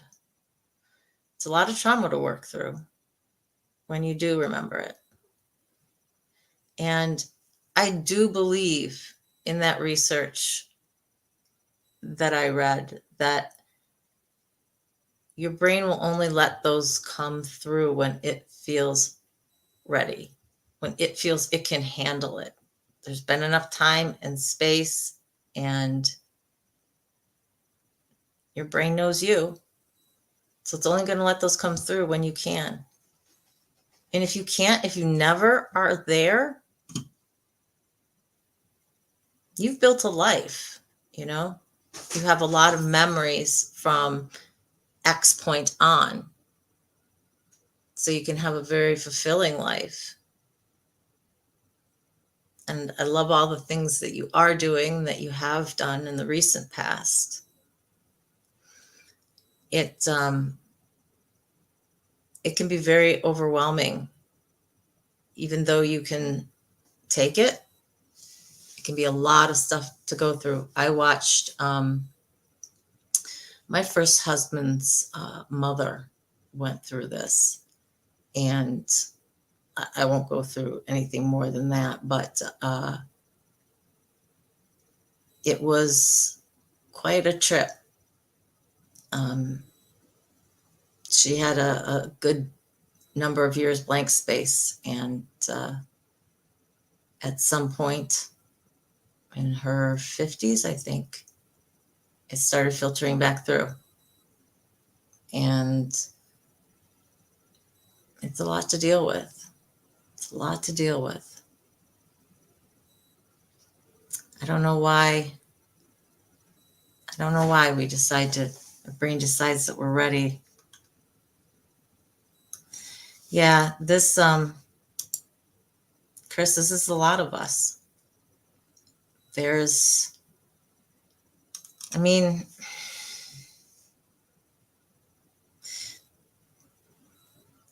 there's certain events that I remember. Like if I'm going to think back on my childhood when I was 4, when I was 5, I think in terms of houses because I moved every 3 years. So I think about my house in the Erie Canal, and then I think of my house on Chili Avenue. It was the only one we ever built, and it was a whole new subdivision that got put in. And so I have distinct memories of my essays in there, of I got dared one time by the neighborhood boys to lift my skirt up, and of course I did. I think it goes along with being essayed.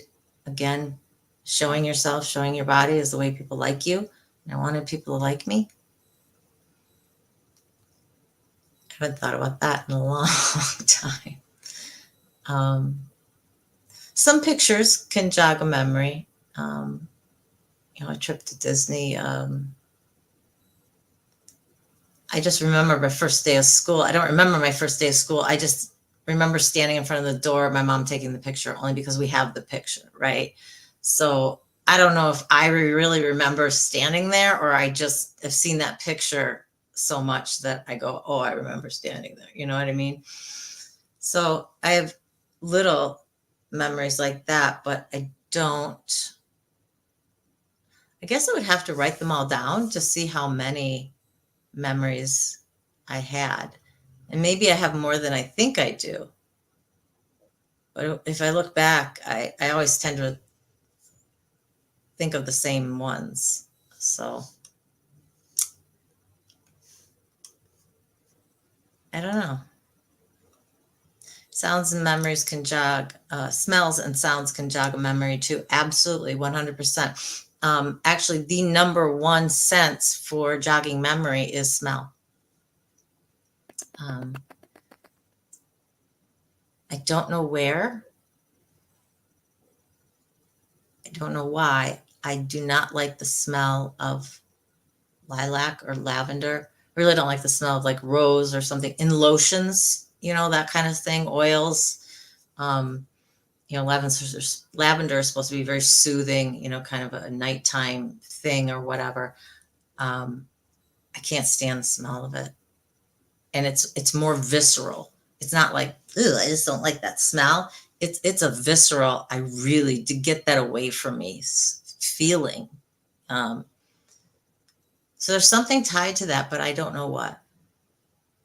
I've tried to think. I've tried so hard to think, but I don't know. I don't have a memory to tie it back to, but I feel it. Feel it.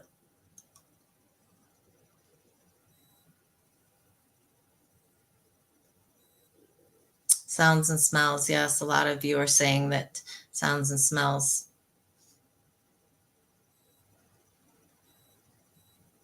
So many thoughts come to mind here. This is a deep conversation.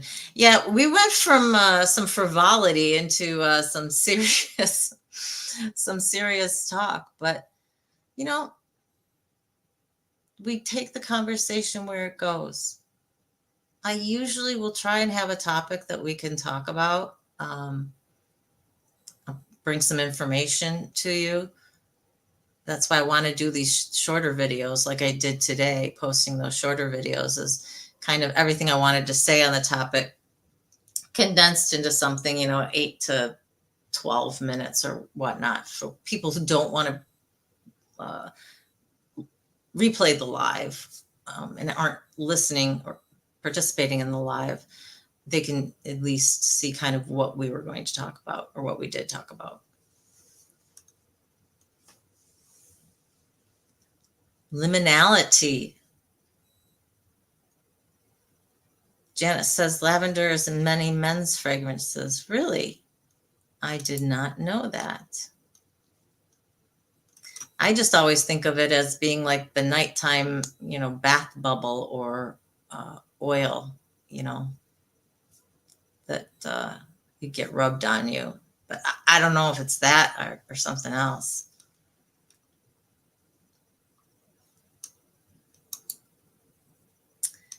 Misha says, do you all realize how incredibly amazing all of us truly are? An amazing woman mentioned something the other day in needing a meeting. She said she doesn't like to think of it as surviving. Oh, she thinks of it as thriving. Yes. I forget her name. And she did her, I think, My Other's Keeper. I think she was on My Other's Keeper as well and gave her that.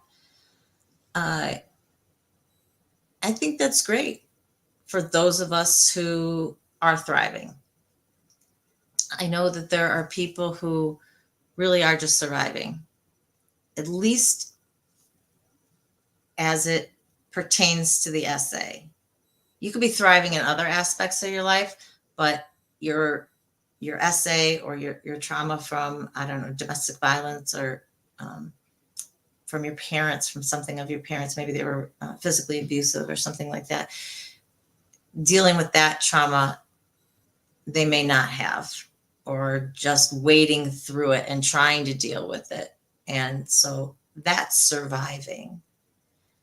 I think if you come out on the other end, you're a victim as it's going on. But when you come out the other end, you are a survivor.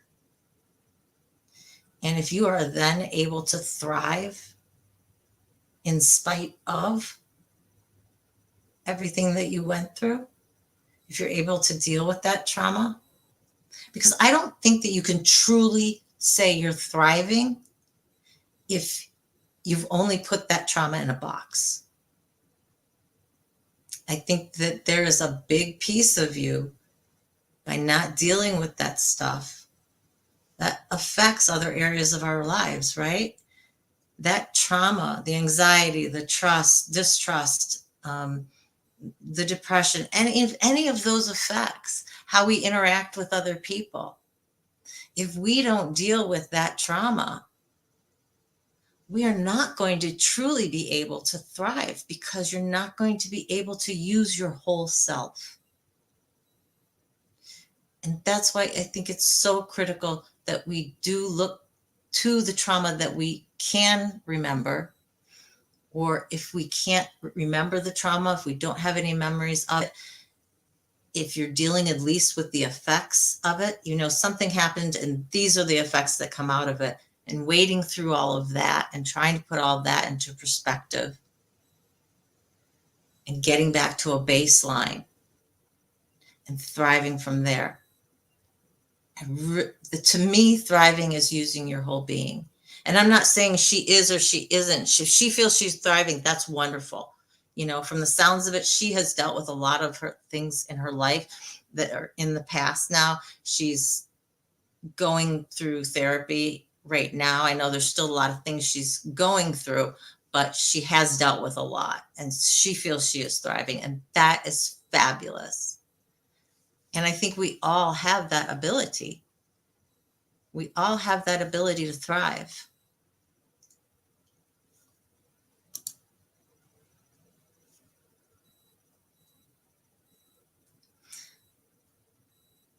Misha, the more you feel like this, Misha, I always call you Misha. It's Misha in my head. Misha, the more you feel like this, the more you have to reach out. Okay? Because we don't want you slipping away. You have so much to offer. So much to offer. I can't wait to hear this song. I love your art. I want to get to know you even more as a person. I know Jen knows you, has been getting to know you. She does not tell me details. I do not ask, because I will develop my own relationship with you. But what she does tell me is what an absolute wonderful human being you are. So the more you feel like that, the more you reach out. Please. You are not going to disappear. We won't let it happen. So as long as you have that hand out, as long as you're making a connection there, you're not going to go anywhere. Please.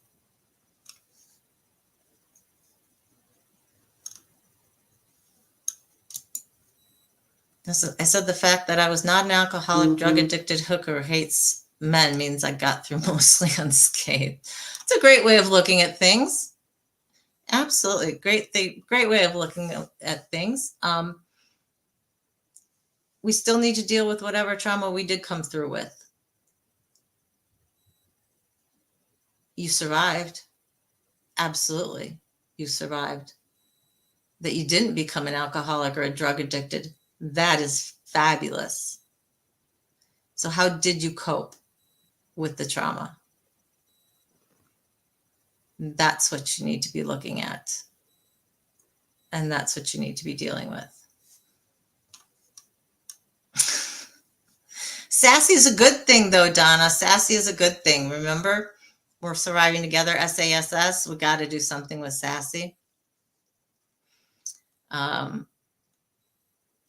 Food addiction is your biggest coping mechanism. Okay, so it's an addiction like anything else. So deal with that. In order to deal with that, you need to go back. What is the trauma? This is your coping mechanism from it. What are you hiding from? What are you trying to drown? That's the trauma. And that's what you need to dig out, and that's what you need to deal with. I have a deep-seated fear of abandonment, especially friends. Relationship-wise abandonment. So when I friend hard. It's my cousin's thing. And it's so true. So true. She does the same thing. So when we lose those relationships, it's extremely difficult for me because of that abandonment issues. So part of what I have to do is work on my self-esteem, working on looking at why that person is no longer a friend. Does it have anything to do with me? Because it might not. So instead of just feeling that feeling, I need to look at the situation more objectively. So that's one of my things that have come out of my trauma that I know that I have to deal with. Wanting to fit in, wanting to have friends, wanting people to like me is a huge issue for me. And part of that comes down to confidence, I know, self-esteem. And, you know, people often say the more you like yourself, the more others will like you. And there's a lot of truth to that. I mean, there really is, right? Because if you're constantly down on yourself, if you're constantly talking bad about yourself, it's negative, you know, and we don't want to be around negative. We want to be around positive. So we need to recognize when we're doing all of that negative stuff, okay, wait a minute, I'm talking bad about myself. You can't do that. Because you're talking bad about my friend. And I don't want you talking bad about my friend. So you don't get to talk bad to yourself. I'm horribly guilty of it. Horribly guilty of it. I have suffered from self-esteem issues my entire life.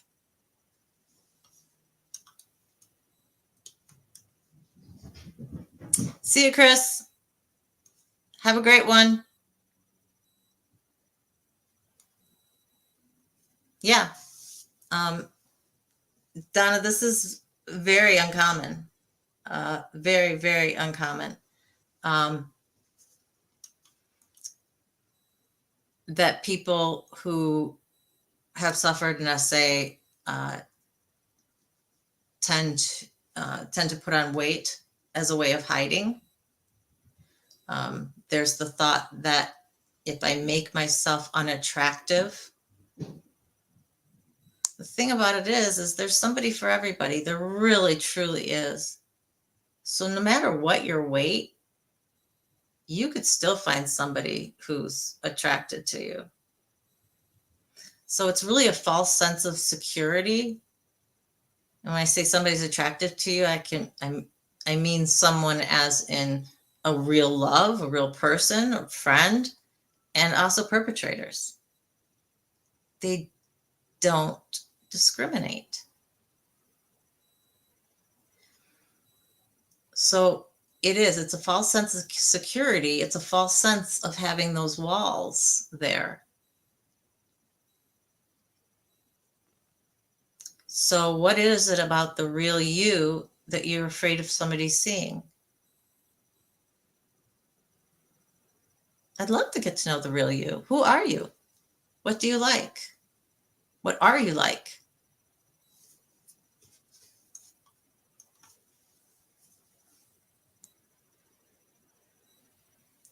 I'm willing to look at it if you're willing to share. And I know there's a lot of other people here who are as well. So maybe just let a little bit out, a little bit of yourself.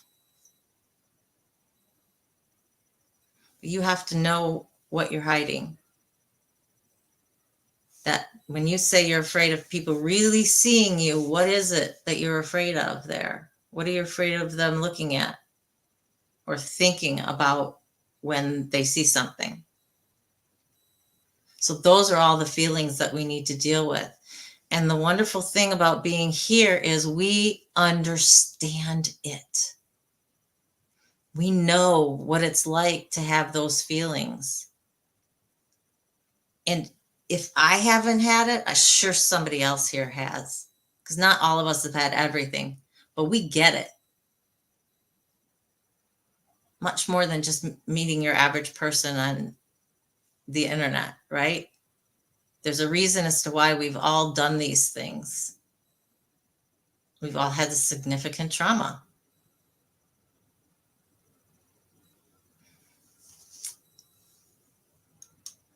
And we do need to be nicer to ourselves and to give ourselves grace. I know I'm constantly telling my son that as well. And he's got a pretty good sense of himself, I think. I need to be kinder to myself. I tend to, I suffer from lack of motivation a lot of times. My brain wants to do something, but I can't get my body to do it. I just can't get myself off of that chair or off of that couch, even though I don't need to move to do it. If I'm going to do research, if I'm going to do a video, if I've got my laptop right there, all I got to do is do it. But I struggle. I struggle with doing that. So for me, having these lives set, I know that I have to have something done by that time. I have to have something to talk about, something to bring up for you guys. And that's my motivation. So I thank each and every one of you who show up and chat with me, because it really, really helps me. And once I'm going, if I keep going, I can keep going, moving and doing things. It's once I've sat and done nothing, I'm kind of done for. Trying to get the motivation back is really difficult. So sometimes on the weekend, that can be really hard. So having this at 3, just having this on the weekend, that's why I'm more than willing to do another one on Sunday, whether it's real early or real late, whatever time you guys think might work. If you think you'd also show up on a Sunday, again, that's just something else that I have to aim for, that I know I've got to be doing. And so then I can do time management around that. That I'm good at. When I know I have to do something. Like, I'll never miss a court appointment. If I have to be in court representing my client, I will be at court, no matter what else is going on in my life. And these lives and doing these videos for you guys, I feel the same way about it, because it is something I'm so passionate about and I care so much about. And that's why I say to you guys that you're loved, because you are. Each and every one of you. I am so thankful that you're here.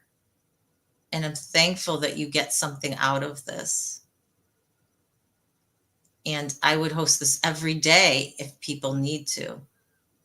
You know, if something happens with one or more of the other channels, I'd gladly take up the slack. Whether that's talking about SA, whether that's talking about regular trauma, whether it's talking about something totally different, you know, whether it's talking about food addiction. And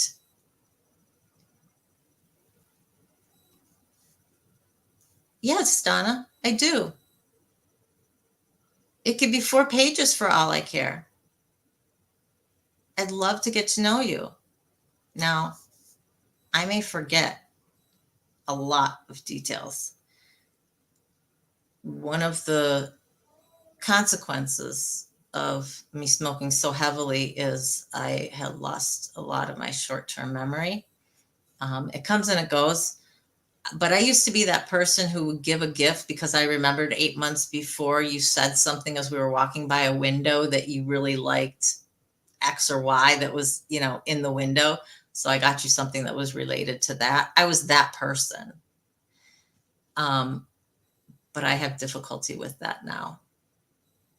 If somebody says something to me, if I'm reading something, so remembering details about people, not so much places, but it seems to be more with people. I have trouble with that. My son will tell me all the time, Mom, I told you that 3 times yesterday. I really need to be focused on you and you telling me, and if it's really important, I'm putting it in my phone. So unfortunately, one of the things that I need to deal with, consequence of having a bad coping mechanism, right? That's why I'm trying so hard to give my son positive coping mechanisms, show him different ways that he can do that. And so, Donna, you told your husband most of everything before. Yeah, that's great. You know, I think that if you're going to be with somebody on that kind of level, that they do need to have an understanding of what you've been through. They may not get it, but they will hopefully then understand why you react to certain things one way, or why you can't deal with X, Y, or Z, or whatever. I think it's extremely important. I know some people have gone into long-term relationships and tried just to keep that stuff in a box and keep that box in the back and not talk about it at all. I've never been able to do that. If I've been in a long-term relationship, that person's had to know, because it does affect so much of what I've done. You know, I didn't bring it up in therapy for years. So I was never dealing with the cause. You know, I was never dealing with the root of the trauma. I was always just dealing about what was going on in my life then. What were my struggles with work? What were my struggles with my husband? You know, what was underlying that? Well, you know, all of that was stemming from something else.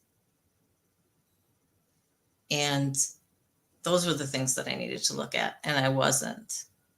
So I couldn't be truly successful in my life, truly successful in my relationship, you know, if I wasn't dealing with those things.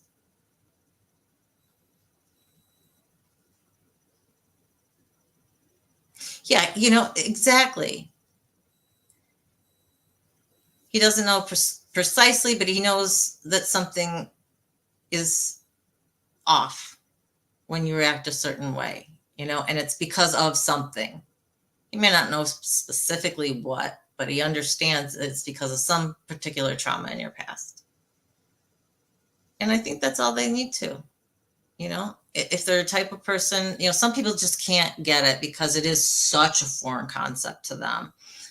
They've never had trauma, true trauma. I mean, it's said that we've all had trauma because we've none of us grew up with perfect childhood, perfect, you know, childhoods. We've all had a trauma of some sort, but I'm talking trauma with a big T, right?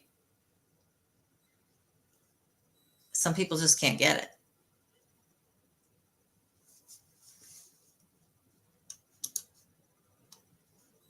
See you, Janet. I'll talk to you later. Yes, Sandy, I've kind of been going off. I apologize.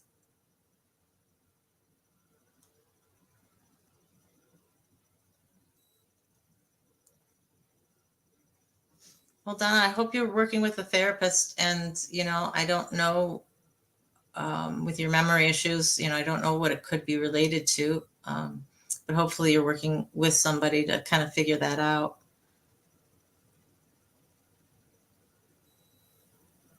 Sandy, do you need to go? Because you just said folks. So you might be going, or maybe I just, because I wasn't recognizing Janet going. Chris left. I think Kristen's been probably just listening. I think we're kind of down to, for some reason, your audio died. Oh, I can't hear you anymore, hopping off.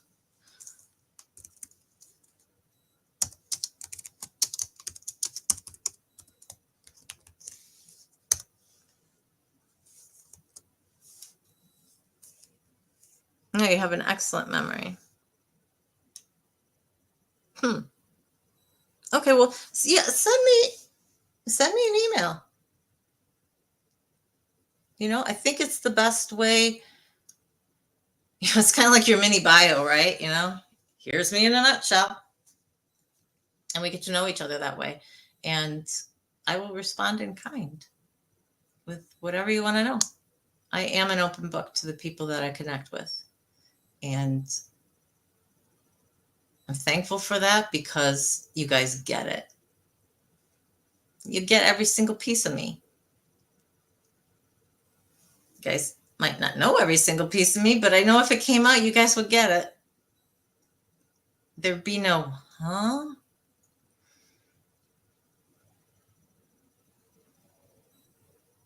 Only if you feel comfortable, Donna. Okay? But you can start with one person. You can start with me in that email. I'd love to see you and know who you are. And tell me that.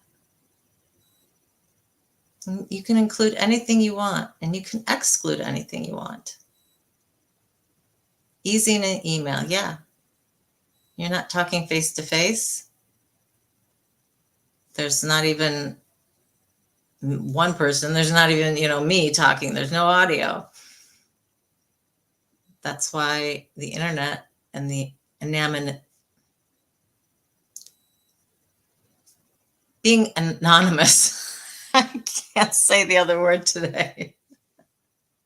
Oh my gosh. Being anonymous is so easy on the internet. So it's so easy for people to say things, and sometimes outlandish things, because nobody's going to know. No one's going to trace it back to them. It's frightening sometimes what people say. Well, I think since it's just down to you and me, Donna, I would love to get that email. I can't wait. I will definitely respond in kind. It may either, my response may wait a few days, or I may respond in piecemeal, depending on what's going on for me. Next week, I'm pretty packed with appointments. So anytime I'm waiting for an appointment, you know, I can do things. But I was trying this week to get things set that I had been putting off, because I don't know about you, but dealing with insurance companies, making appointments, all that kind of, it just takes so much time. And I had to make them for myself and for my son. So, yep. First thing Monday morning, we're getting our mammogram done. So won't that be fun? So a couple days. Yeehaw. Can't wait. Getting getting new glasses, hopefully. Mine are so scratched up. They end up being thrown everywhere, and I scratch the lenses so quickly. Don't know if the actual prescription needs to change. We'll see. These are my computer glasses. I can wear them all the time, but I do get headaches because they're only meant for a certain distance away. It's just my other ones are so fuzzy. So we will end it there. I can't wait to do Tuesdays. Your email is your name, so you know it's you. Oh, okay. Taxes. Thank you for reminding me. It's on my list, but I need to do a sticky note on it, okay? Because I have to show my son how to do it, and I'm going to show him in long form, or on a 1040 easy, basically, but on paper, so you can see it kind of all at once. I think it's going to be a lot easier to explain than just plugging it in, because otherwise it's just plugging numbers and stuff into a computer and it spits it out for you.